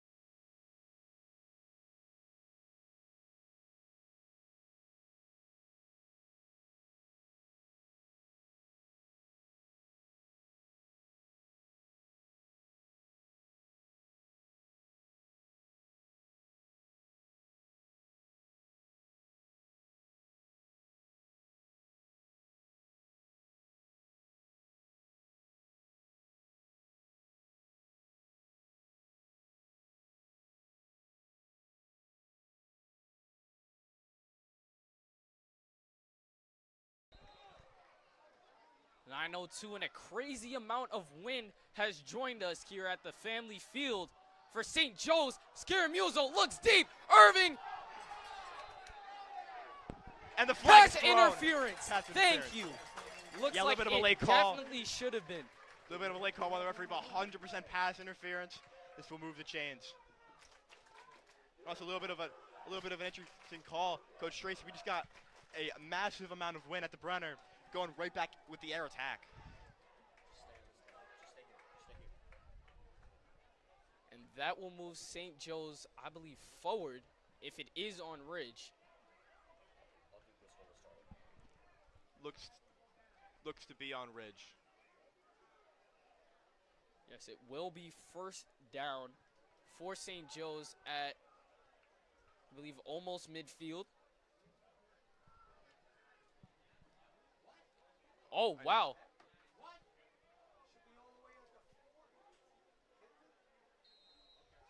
Yeah, looks to be just a yards penalty, pass interference.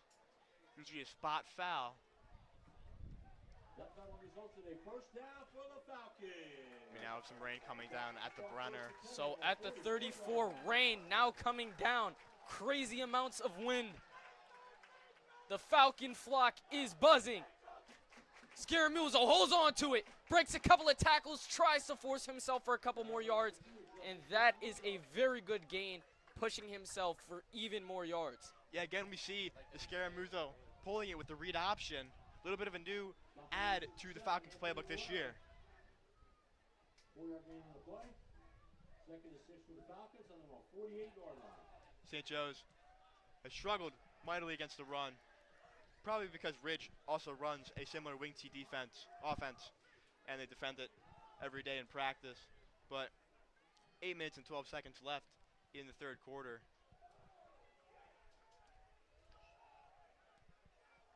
Scaramuzzo with Pierce behind him. His receivers are Irving and Bester. As he's going to fake the handoff, look across the middle, find Irving, and Irving has the first down inside Ridge territory. Another fantastic throw by Justin Scaramuzo. Varsity debut, has the defenders in his face and took a shot, but delivering a fantastic dart to Ashton Irving for a first down. Like you said, his stellar day continues. Scaramuzo's first start has been spectacular so far today.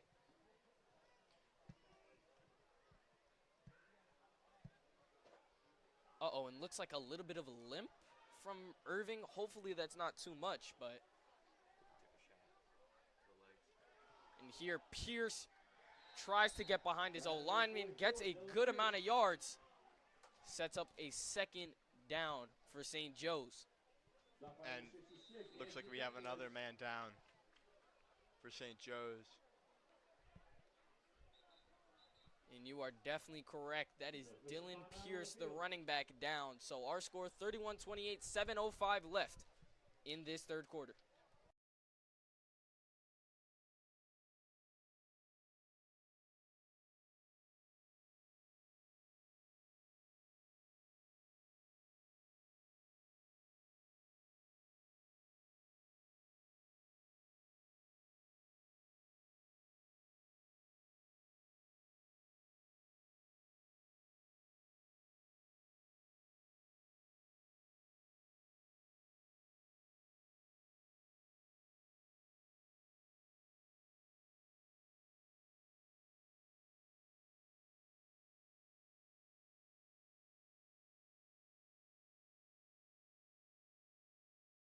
Sue. 31-28, clock winding down. We are under 7 minutes here in the third quarter of play. Scaramuzo fakes the handoff, gets a big block, throws a lofter, overthrows his receiver, was to the left a little bit. And we have another flag on the play, looks to be on St. Joe's. And it's going to be illegal man downfield on number 73, the junior Brody Picarello. So with that flag, we'll take St. Joe's back. And let's just wait for the yardage here. Yeah, that's the thing about these play actions. It's designed for the offensive linemen to go down on field 2 hard steps, acting like they're run blocking, and just get too far downfield. Flags you get thrown every single time. So now we have a 3rd and 9 set up for St. Joe's. 6:46 left in this third quarter of play. Ball on the Ridge 36-yard line. Definitely a big play for the Falcons. Need a couple more yards again to tell you who's at field goal range. And that is exactly what Ashton Irving delivers on. A big play as he goes out inside the 25 and gets the first down for St. Joe's. How about Ashton Irving making a big impact for St. Joe's? 6'5", that big body goes up and delivers first down St. Joe's.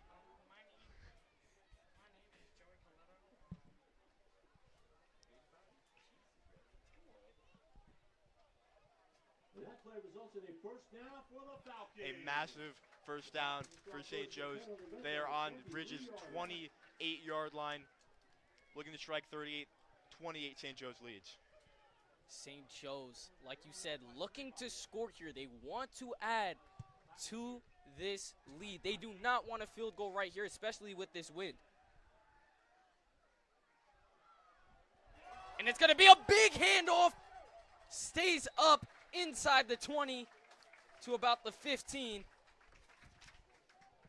And right there, that was Tristan Bester, the sophomore, showing off a couple of moves, jukes a man, stiff arms another one, and gets a very good yardage for St. Joe's. Yeah, you can see on that play, St. Joe's offensive line really got after Ridge's defensive front.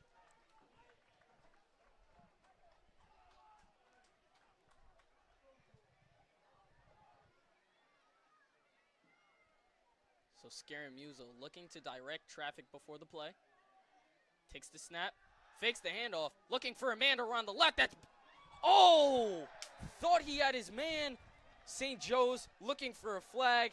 That was Jalen Frias, who was double covered right there. Scaramuzo not able to get it in, and that sets up 3rd and 2 for St. Joe's. Yeah, definitely Scaramuzo with the incompletion. That was very well placed ball, just into double coverage. A little bit of a smaller target. Couldn't get it done. 3rd and short now for St. Joe's. On the Red Devil 15-yard line. And something we touched on before, the wind is definitely a factor. So if you kick it, if you're Tyler Huseth, do you want to hook it to the left, the right? And right here, he's definitely going to be brought on as Bester gets stopped by a gang of Red Devils. That'll go nowhere, and that'll be 4th down. Yeah, here comes Tyler Huseth to mention.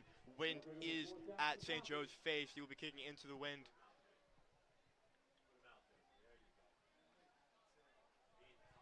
Tyler Huseth, ranked top 20 kicker in New Jersey via NJ.com. Huseth has been working a lot over this offseason. Let's see if this work can pay off with a kick into the wind. And it does. Huseth puts the Falcons up by even more. So a 34-28 lead, 4:30 left, as the kick into the wind puts St. Joe's up by more.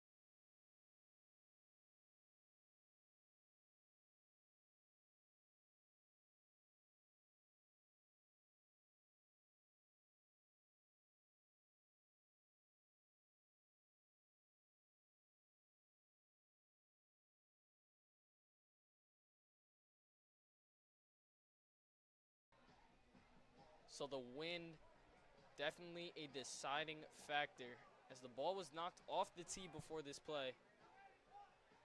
Yeah, definitely. We saw St. Joe's having a little bit of a substitution problem, not having enough men on the field. So now Huseth's squib kick will be downed at the 31-yard line. Yeah, Ridge offense takes the field again. 28. Looking at the scoreboard, 28 points, fantastic. They've strike quickly after the half, but a little bit of a rough spot for Ridge, a little bit offensively. And the Red Devils will score first and 10 in the row, 28-yard line. Yeah, definitely ran the ball well in the first half. Passing offense, pretty much non-existent, but yet again, St. Joe's is up 34-28. So McLaughlin will come out for Ridge. He'll have Stuglitz behind him. Rain falling down. He'll hand it off to... No, he'll hold on to it. Did it bobble? No, it did not. So instead of it being a short gain, it will be a 1st down, moving the chains for Ridge. Yeah, there's that play action that St. Joe's also runs very similar. Just it's kind of hard to defend a little bit. Jacob Pavis got a little move busted on him. Like you said, Rich, it's always really hard to defend this Ridge team in the wing T offense because these read options, you have no idea where it's going to. You don't know if McLaughlin's going to hand it off. Hold on to it. It's just so trippy just to see it. Right there. He will hand it off as Steglitz maybe gets a yard right there, maybe even to the line of scrimmage. Yeah, there's that St. Joe's defensive line led by senior John Kelly getting after it on that play. And right there, John Kelly on the tackle, like you said, the leader of that St. Joe's D-line.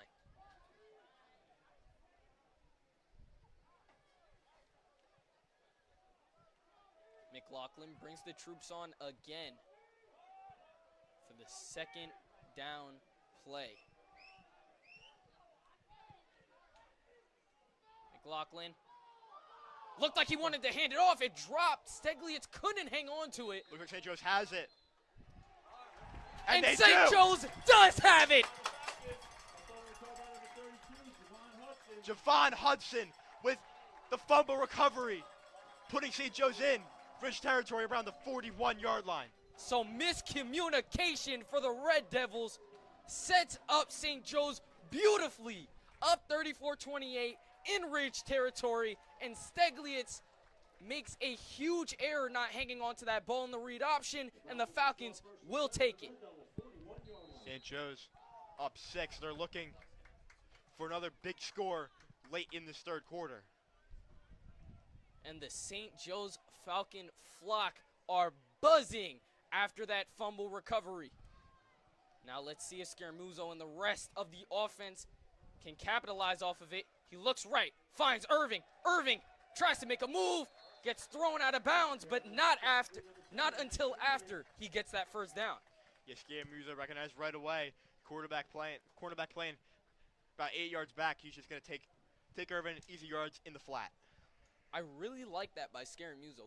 He knows his wide receivers. He's able to read where they are already on the field. We saw that he was already looking right, knew Irving would be there on the outside route, and is able to find him for the first down.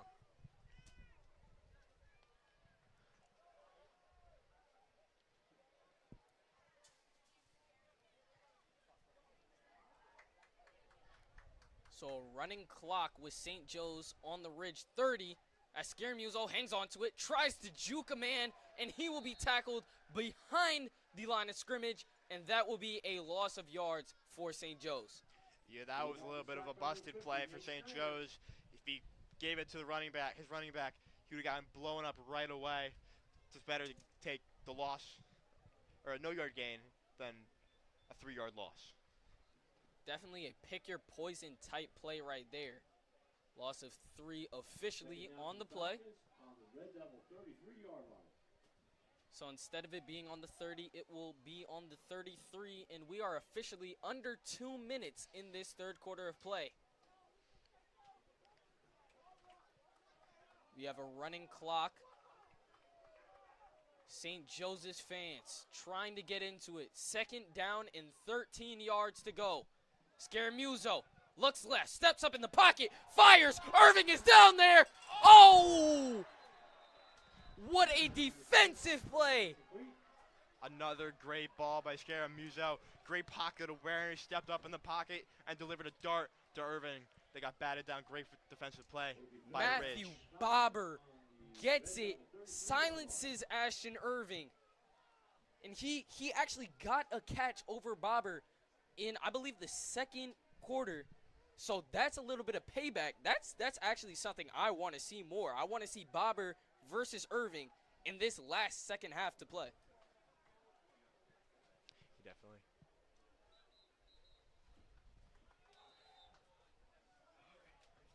We'll have a timeout, St. Joe's. So with 1:30 left to play in this third quarter of play, 34-28 is our score.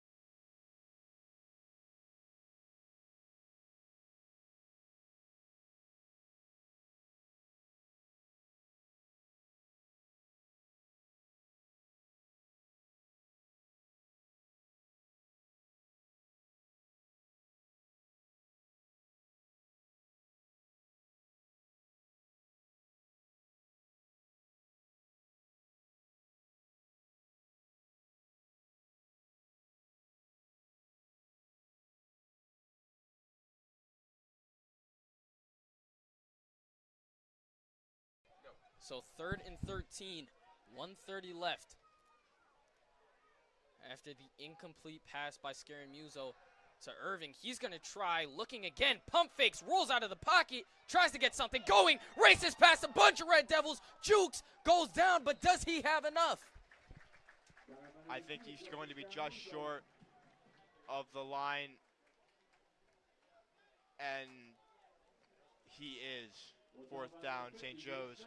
We saw Scaramuzo really first time escape rushing out of the pocket using his legs. About a 12-yard rush. And we have a Ridge player down. So with that, we will come back to you in a little bit. Our score 34-28 with 1:05 left to play.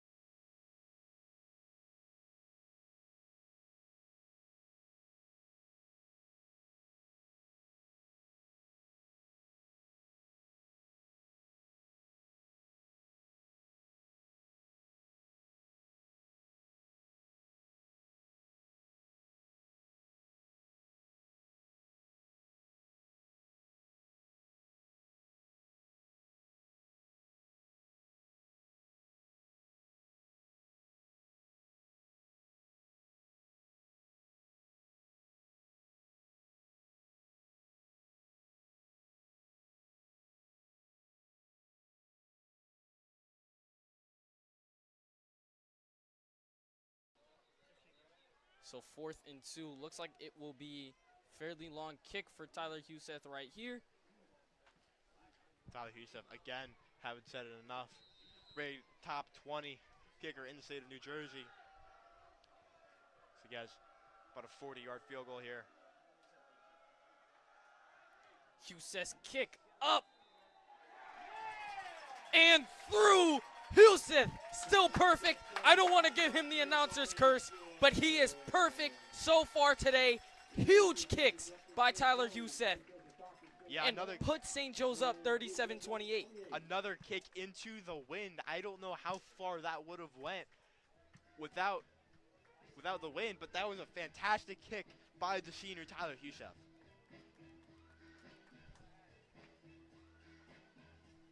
So 37-28 with 32 seconds left as Ridge will get it on this ensuing kickoff.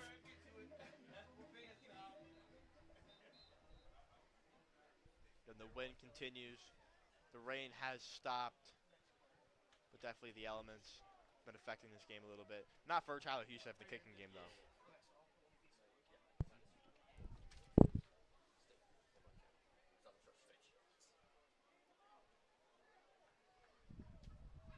So Huseth will kick into the wind once again on this kickoff after his field goal was good, putting St. Joe's up by 9, 37-28.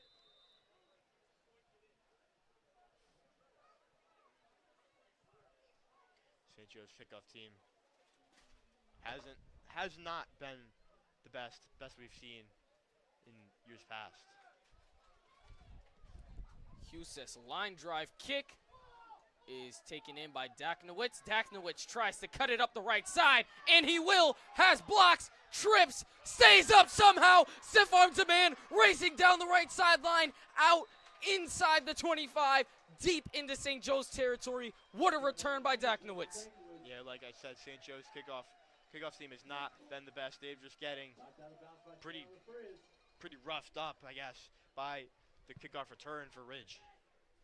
And like you said it before the play, St. Jose's kickoff team has not been the best as we've seen in years past.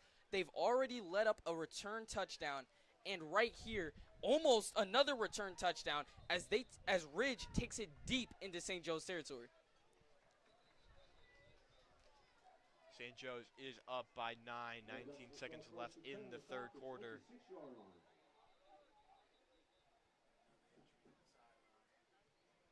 So a little bit of confusion here for the rest, and now they will resume play So with 19 seconds left, Ridge on St. Joseph's 26. It'll be a run up the middle, trying to force his way through, and goes down. Clock also going down as well. We are under 10 seconds here, and we have a St. Joe's Falcon down.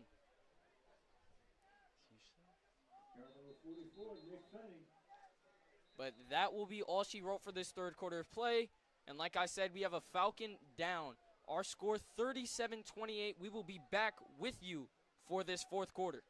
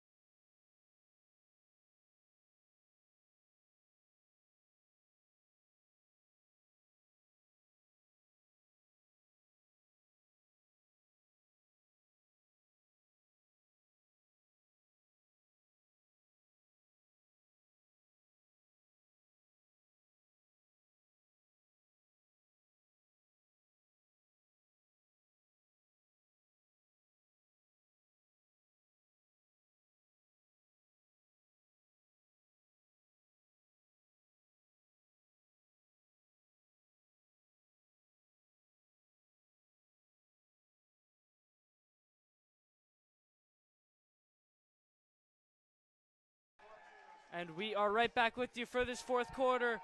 Here goes McLaughlin dropping back. Pass across the middle is denied. Jacob Pops there. Good defense.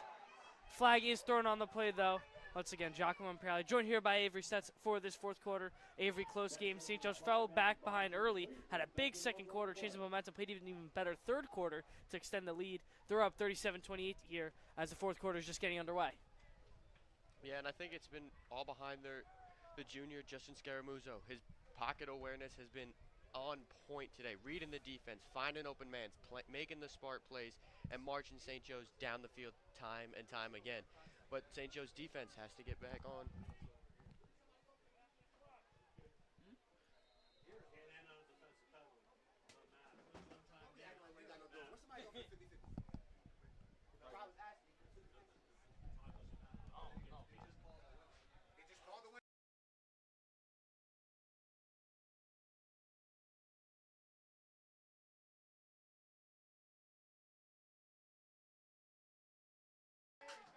Little bit of confusion here at the line and the clock. It's going to be a first down.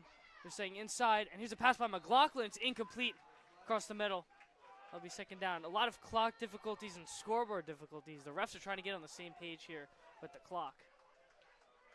Yeah, it's great pressure from the Falcon defensive line, closing the pocket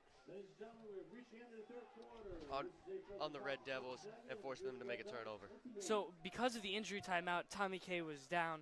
That play was actually going to end up being the last play of the third quarter. So that'll be our quick break here, going now into the start of the fourth quarter with St. Joe's leading 37-28.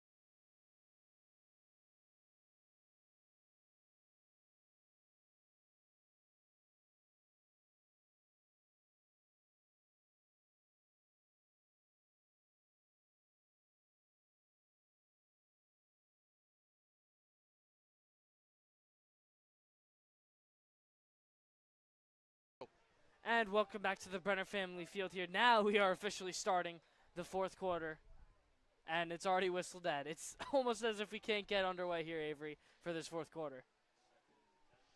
You know, I want to say it's the weather, but it just seems like no one can get their act together. And a clear false start by the Red Devils. It's going to be a 2nd and 10 here. The Red Devils deep in St. Joe's territory. The line to gain was around the 15-yard line, but they're going to get pushed back almost, or excuse me, it was a little bit before the 15-yard line. Going to get pushed back right around that 20. It's going to be a 2nd and 15 here for Ridge. Number 16, Hamilton, the tight end, a little too excited to get going on offense. Just cost his team a couple extra yards. I mean, Avery, if you're the Ridge Red Devils and Coach Andy West, you have to think you're running the ball here. It's been the most successful plays that your offense has had all day. You got to just stick with it at this point. Absolutely. They have yet to stop the run. But then again, St. Joseph showed spurts of a good run defense, stopping the ball behind the line of scrimmage like they just did here. Ryan Swan came in on the end around, and St. Joe's was in the backfield to blow it up. A loss of 2 there on the play. It's almost as St. Joe's defense has been very hot and cold, definitely more hot than cold as the game has progressed. But it's almost that we see Ridge have some massive chunk plays, but St. Joe's comes out the next 3 downs and just doesn't allow a lot of yards at all. If St. Joe's can, especially for the rest of the season, just stay more consistent with stopping that run game, they could be really, really dangerous on the defensive side of the ball. Absolutely. And I think that's what Coach Tracy wants from his team, consistency on both ends of the ball. McLaughlin lined up for center. Big 3rd down here. He's rolling like pump fake and a throw to the right sideline. It is intercepted by Irving. Are they going to call him out of inbounds? And they're going to call it inbounds, and that ball is picked off. Ashton Irving runs right across, gets the sideline tap, and is in. Going the other way. It's Falcons football. An absolute beautiful play. That's what you want from, that's every coach's dream for a defense. Force a quarterback to roll out to his strong side, force him to throw a bad pass, and Ashton Irving having himself a whale of a night. 2 touchdowns, a pick, and monster yardage. It seems he's everywhere on the field. Everywhere. Falcon down on the far sideline, right around the place of the pick. We'll take a quick break here as the Falcons are going to retain possession.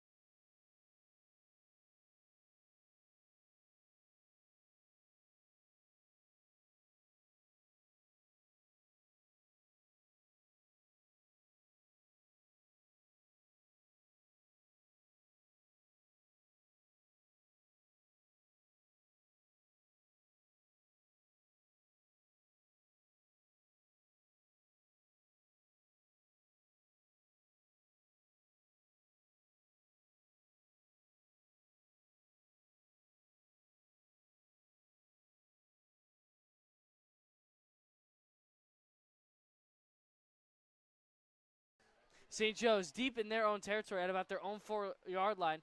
Scaramuza, hard count here, trying to get them off sides. They're going to go with the QB rush, trying to pick up a couple of yards, get some breathing room. It's not going to do much. It's going to be a very short gain on the play. This is Scaramuza on the carry. I mean, that's just about as much as you can do. Deep in your own territory. Obviously, the pick was great, but just a little bit unfortunate of where the ball ended up on the offensive side. Just try and get as many yards as they can, and Justin Scaramuza just might have one of the best field IQ I've ever seen in a junior here at St. Joe's. Yeah, generous field position here by the refs, too. They're going to give the Falcons a yard gain where that bull rush really didn't look like it was going anywhere. So it'll be 2nd and 9. St. Joe's still really backed up. Scaramuza will be under center. No receivers out wide. 2 men in the backfield. Scaramuza hard count. They're just going to try and rush it again. Very conservative play calling here, Avery, by Coach Tracy. Really just does not want to take that safety. No, I don't think any coach would. Just be conservative and keep the ball moving, keep the clock running. You have the lead. Time is on your side, and just protect the football. Protect the football. Yeah, Avery, but I feel like there's got to be a little bit of difference about playing it really conservative, but also trying to get some yards, back-to-back QB rushes for a combined yardage of 2 yards. I mean, I feel like you should have at least tried to run the ball, at least one of those plays, just right up the middle. I certainly think you can. The offensive line has been almost on point for the Falcons today, but it's also about situational awareness, knowing time and score, and you have to know and see if Scaramuza is going to make the right call here. And a whistle and a flag. Flag blown here. There should be a false start against the offense, and it will be. It'll move the St. Joe's Falcons even further back into their own territory. So St. Joe's really backed up here. And now, Avery, I feel like this is almost punt territory here because you don't really want to try and risk anything over the top with a lead and this far backed up. Absolutely. I would say either try the bull rush or try and run it up the middle, get some space, and then bring Huseth out here to punt it away. Be real conservative and just get Ridge as far away from your end zone as possible here. It'll be 3rd and 10 for the Falcons here. Once again, still backed up. He does have 2 receivers out wide this play, though. And he's going to look to pass. Scaramuzo dropping back, launching deep. He just pops over the top. Just let him too much. Couldn't haul it in. Scaramuzo took a big hit, though, in the back of the end zone, and he's a little shaken up. And that is...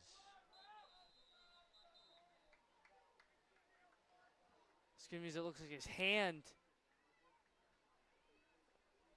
As he's going to limp to the sideline. We'll be right back with you after this quick break. Hopefully Justin is okay.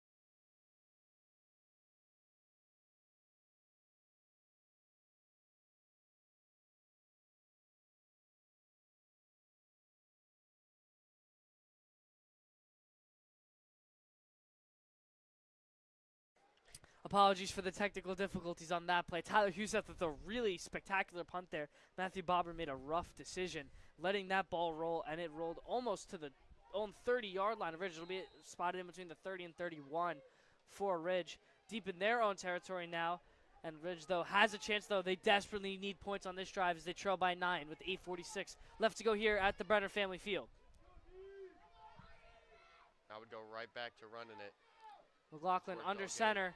Rolling right, he's pressured by Huseth. Huseth staying on his tail. Huseth couldn't get him down. McLaughlin's going to float it up out of bounds. Tyler Huseth was on Connor McLaughlin's tail that whole play. That is great pressure by Tyler Hughes. That's exactly what they want. Send everyone and pressure the QB.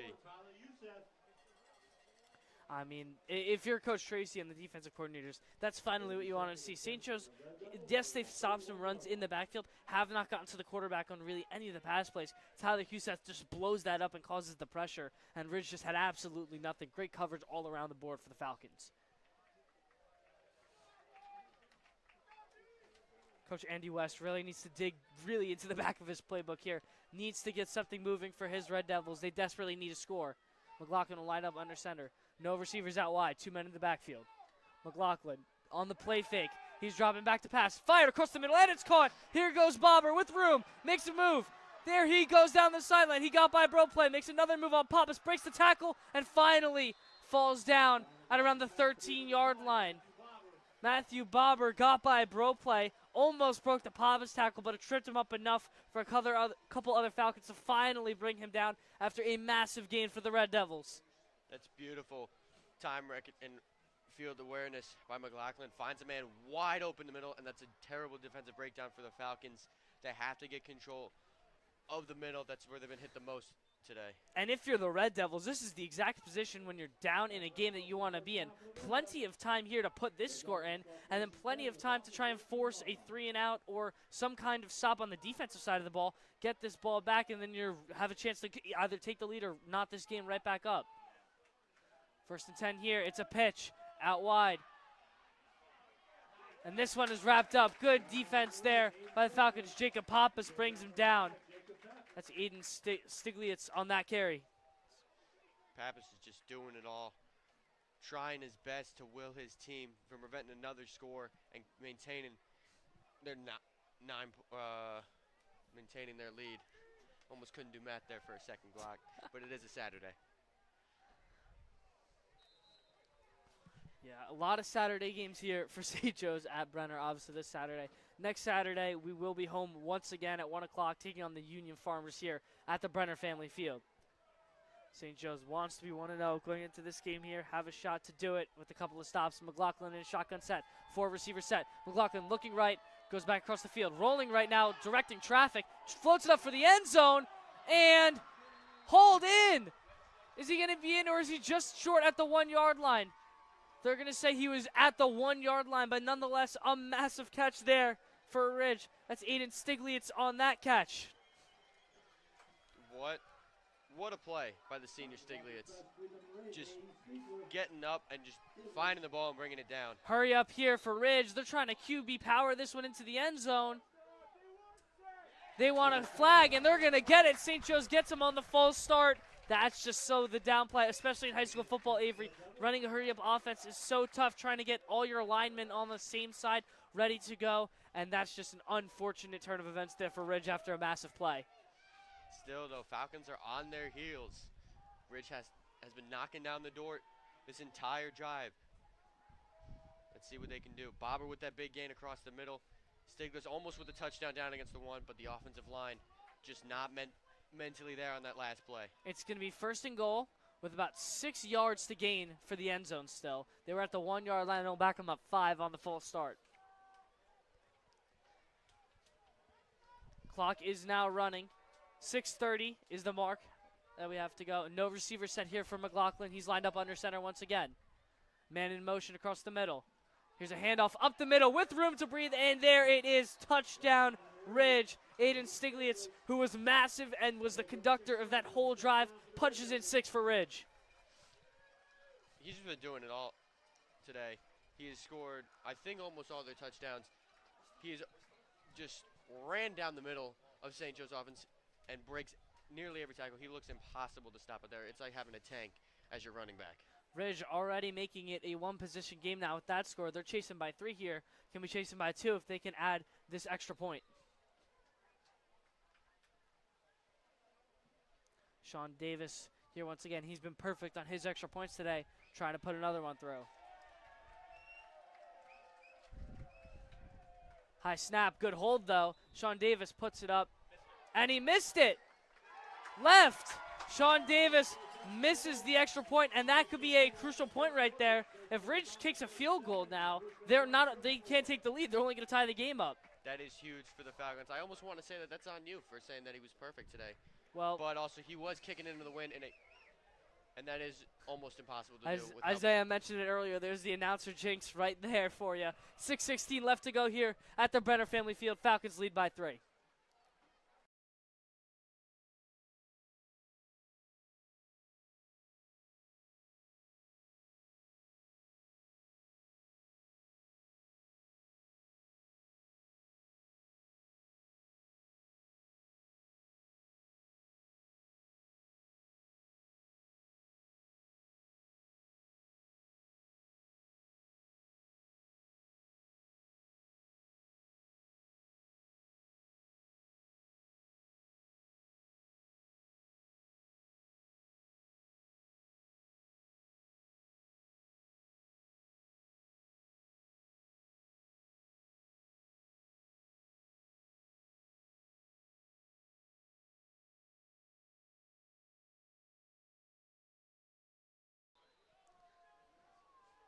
Ridge going to line this one up to kick it off.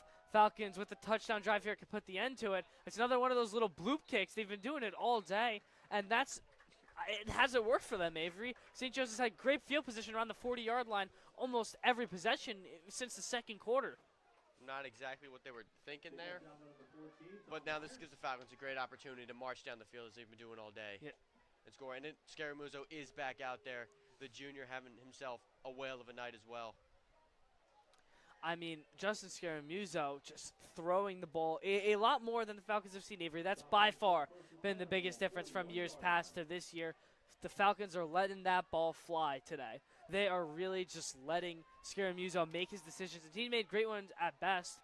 And Scaramuzzo here is going to be lined up under center. 2 men in the backfield. Play fake. Scaramuzzo pressure right away. And that's a big blitz by Ridge. They get right to Scaramuzzo, and that's a massive loss. And exactly what Ridge needs. Very timing there for the Red Devils.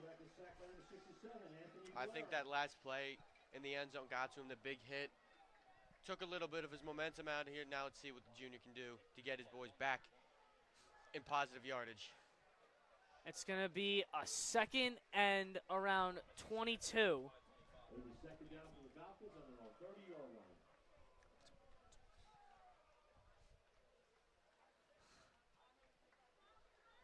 Clock still ticking, though. 5:35 left to go here in the fourth quarter. Scaramuzzo is going to line up in a shotgun. He has Broplay to his left. Frias to his left. He's going to take it himself on the Wildcat. Scaramuzzo making a couple of men miss, and he'll pick up a decent chunk play that'll pick up about 9 yards, almost close to the previous line of scrimmage. And they're actually going to spot him right at the original line of scrimmage, so it'll be a 3rd and 10 here for the Falcons. That's a good recognition. Get to the outside, beat a couple guys downfield, get back to the original line of scrimmage. But now, crucial 3rd down. Even though time is still on your side, you have to make the right read here.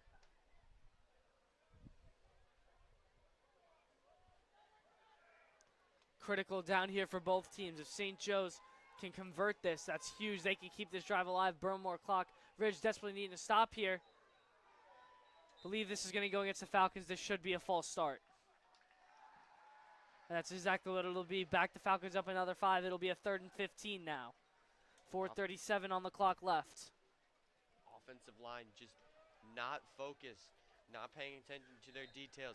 Just get set, look your opponent in the face, and just get set and block. Time is on your side. You have nothing to worry about. You've been playing great all game. No reason to let it all go to shambles right now. 3rd down once again. Scaramuzzo's going to line up in that shotgun. He has Bester to his right. 3 wide receiver set. Takes the snap. Another flag thrown. That's going to be another false start against St. Joe's. It'll back him up even more. I'm not really sure what got them all excited. They have to stay poised. They have to stay focused.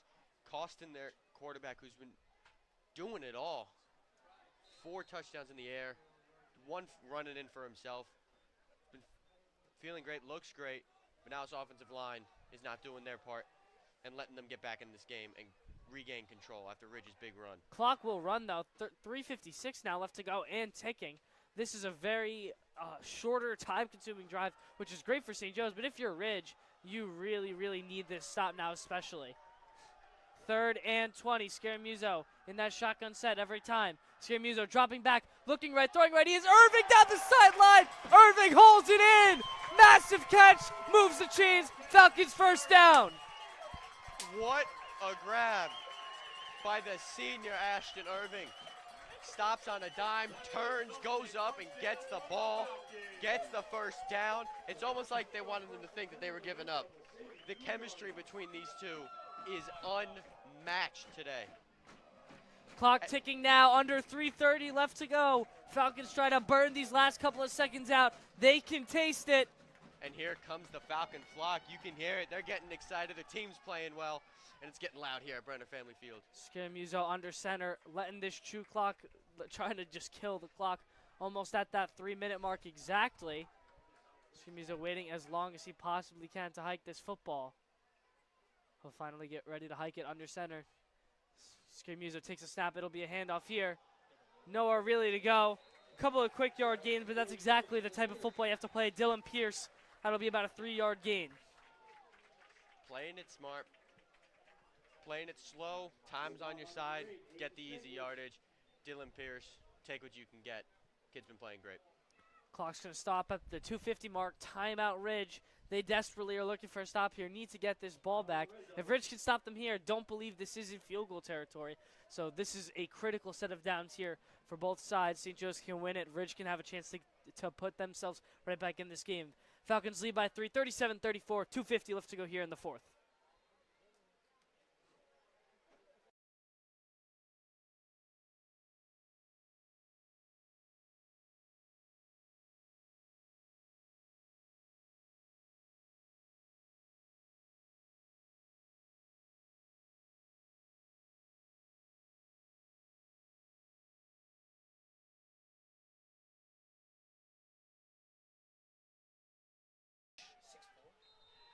You can hear the flock really getting into it now, stomping, doing everything they can to try and add something to this game. Here's another run play. Scaramuza just going to take it himself, trying to power it through. Credit to the kid. He's taken a lot of hits today, Avery, and he's just been powering through it all day. You know, I don't think he cares. He could probably get hit so hard, and he would still run. He would walk through fire to try and score for his team. And Just willing to do it all. Ridge would have taken the time out there, but they're not going to have to because there's an injured Falcon down in the play, so we'll take a quick injury timeout here. Only a couple seconds are going to burn off the clock. It's 2:41 burning off the clock, but St. Joe's will come back with about a 3rd and 5 left to go.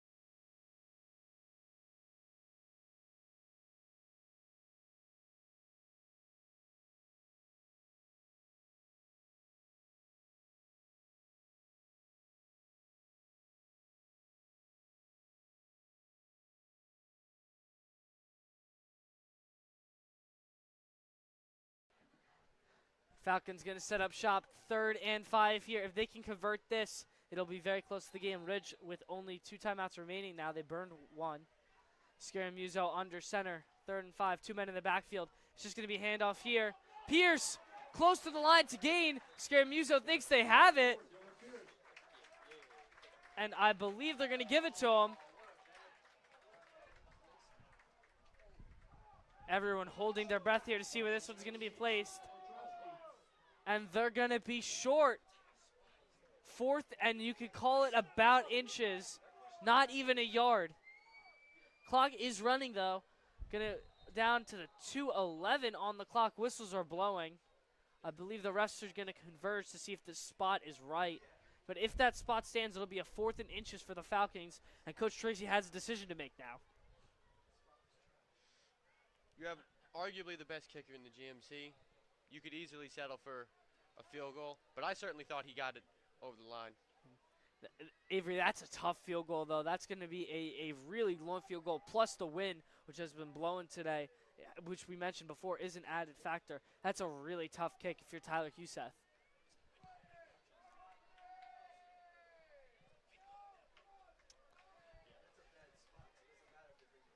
They're bringing out the chains to try and measure here. This is going to be really, really close.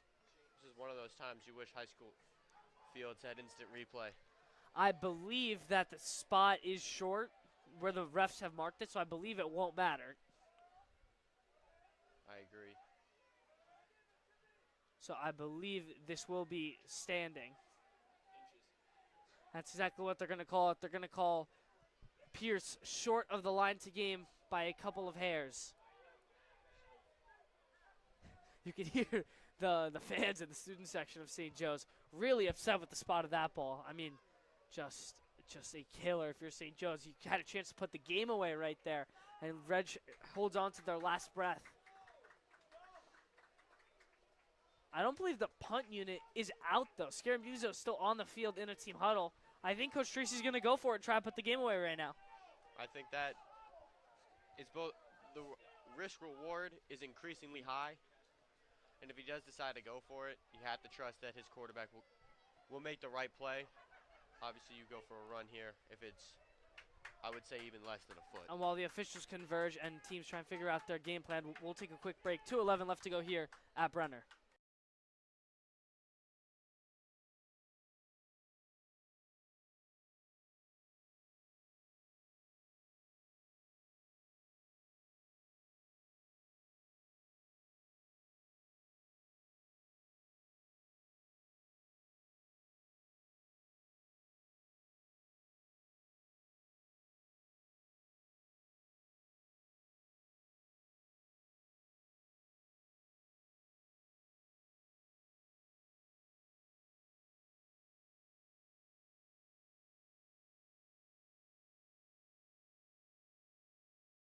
I think.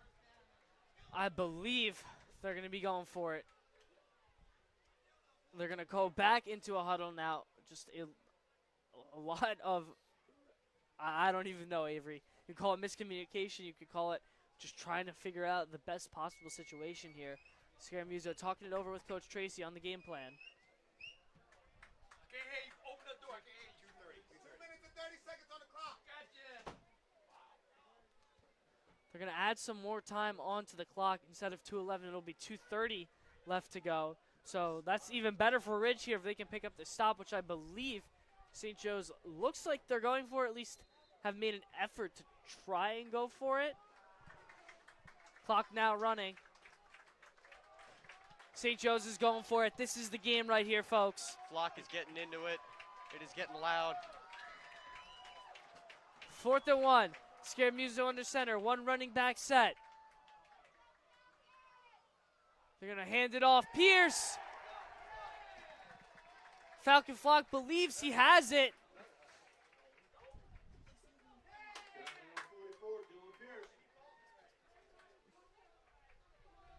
They're going to give it to him. First down, Falcons.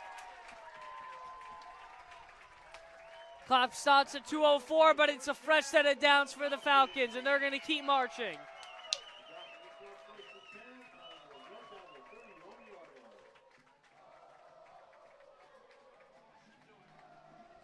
Clock now running under 2 minutes, and we are burning daylight here.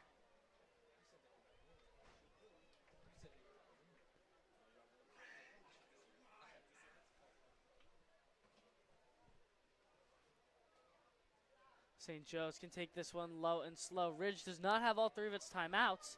They only have 1 left at this moment. So this should about wrap it up. Scaramuzo is going to drop back to pass. He's just going to take the sack and fall down. Smart move there. A little bit of a late hit. Coach Tracy and other coaches want a flag. Scaramuzo comes up limping a little bit. He was looking for the flag himself on a little bit of a late hit. You could argue it certainly looked like a dirty hit, but I didn't see any targeting. I think it was more of a pancake fall. But what a story for the first game for Justin Scaramuzo. The junior having himself 4 touchdowns. 4 touchdowns in the air. 1 running in for himself. Great reads across the floor. And then his 2 wide receivers, seniors, Jacob Pappas. 2 touchdowns, Ashton Irving, 2 touchdowns. A dunk in the end zone, it seems like. And as Scaramuzo's going to burn more clock here. And gets the late flag and gets the call. And that should do it. Just Scaramuzo undisciplined. was fired up after that late call. The flock loves it. Scaramuzo finally gets the flag. And that is just an absolute backbreaker for Ridge. That should do it here. Clock stops at 31 seconds, though. Not sure why it's not running at this point.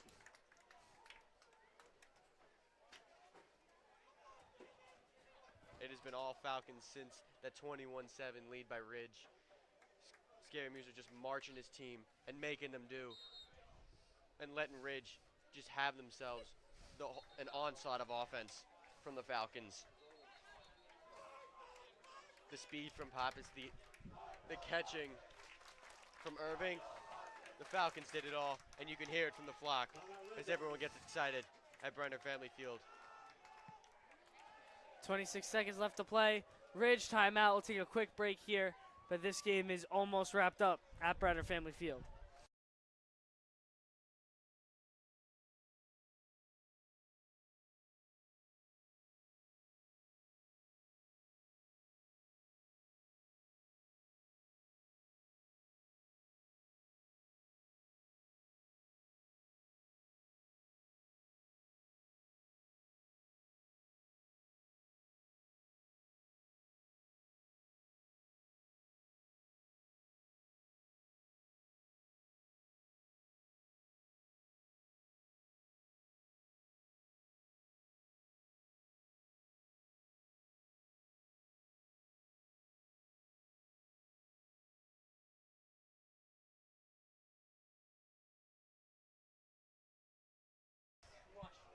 Falcons will set up shop at 2nd and 10 after the penalty.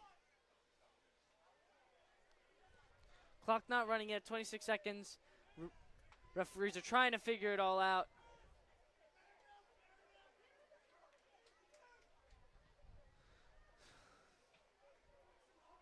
Referee still discussing for some reason.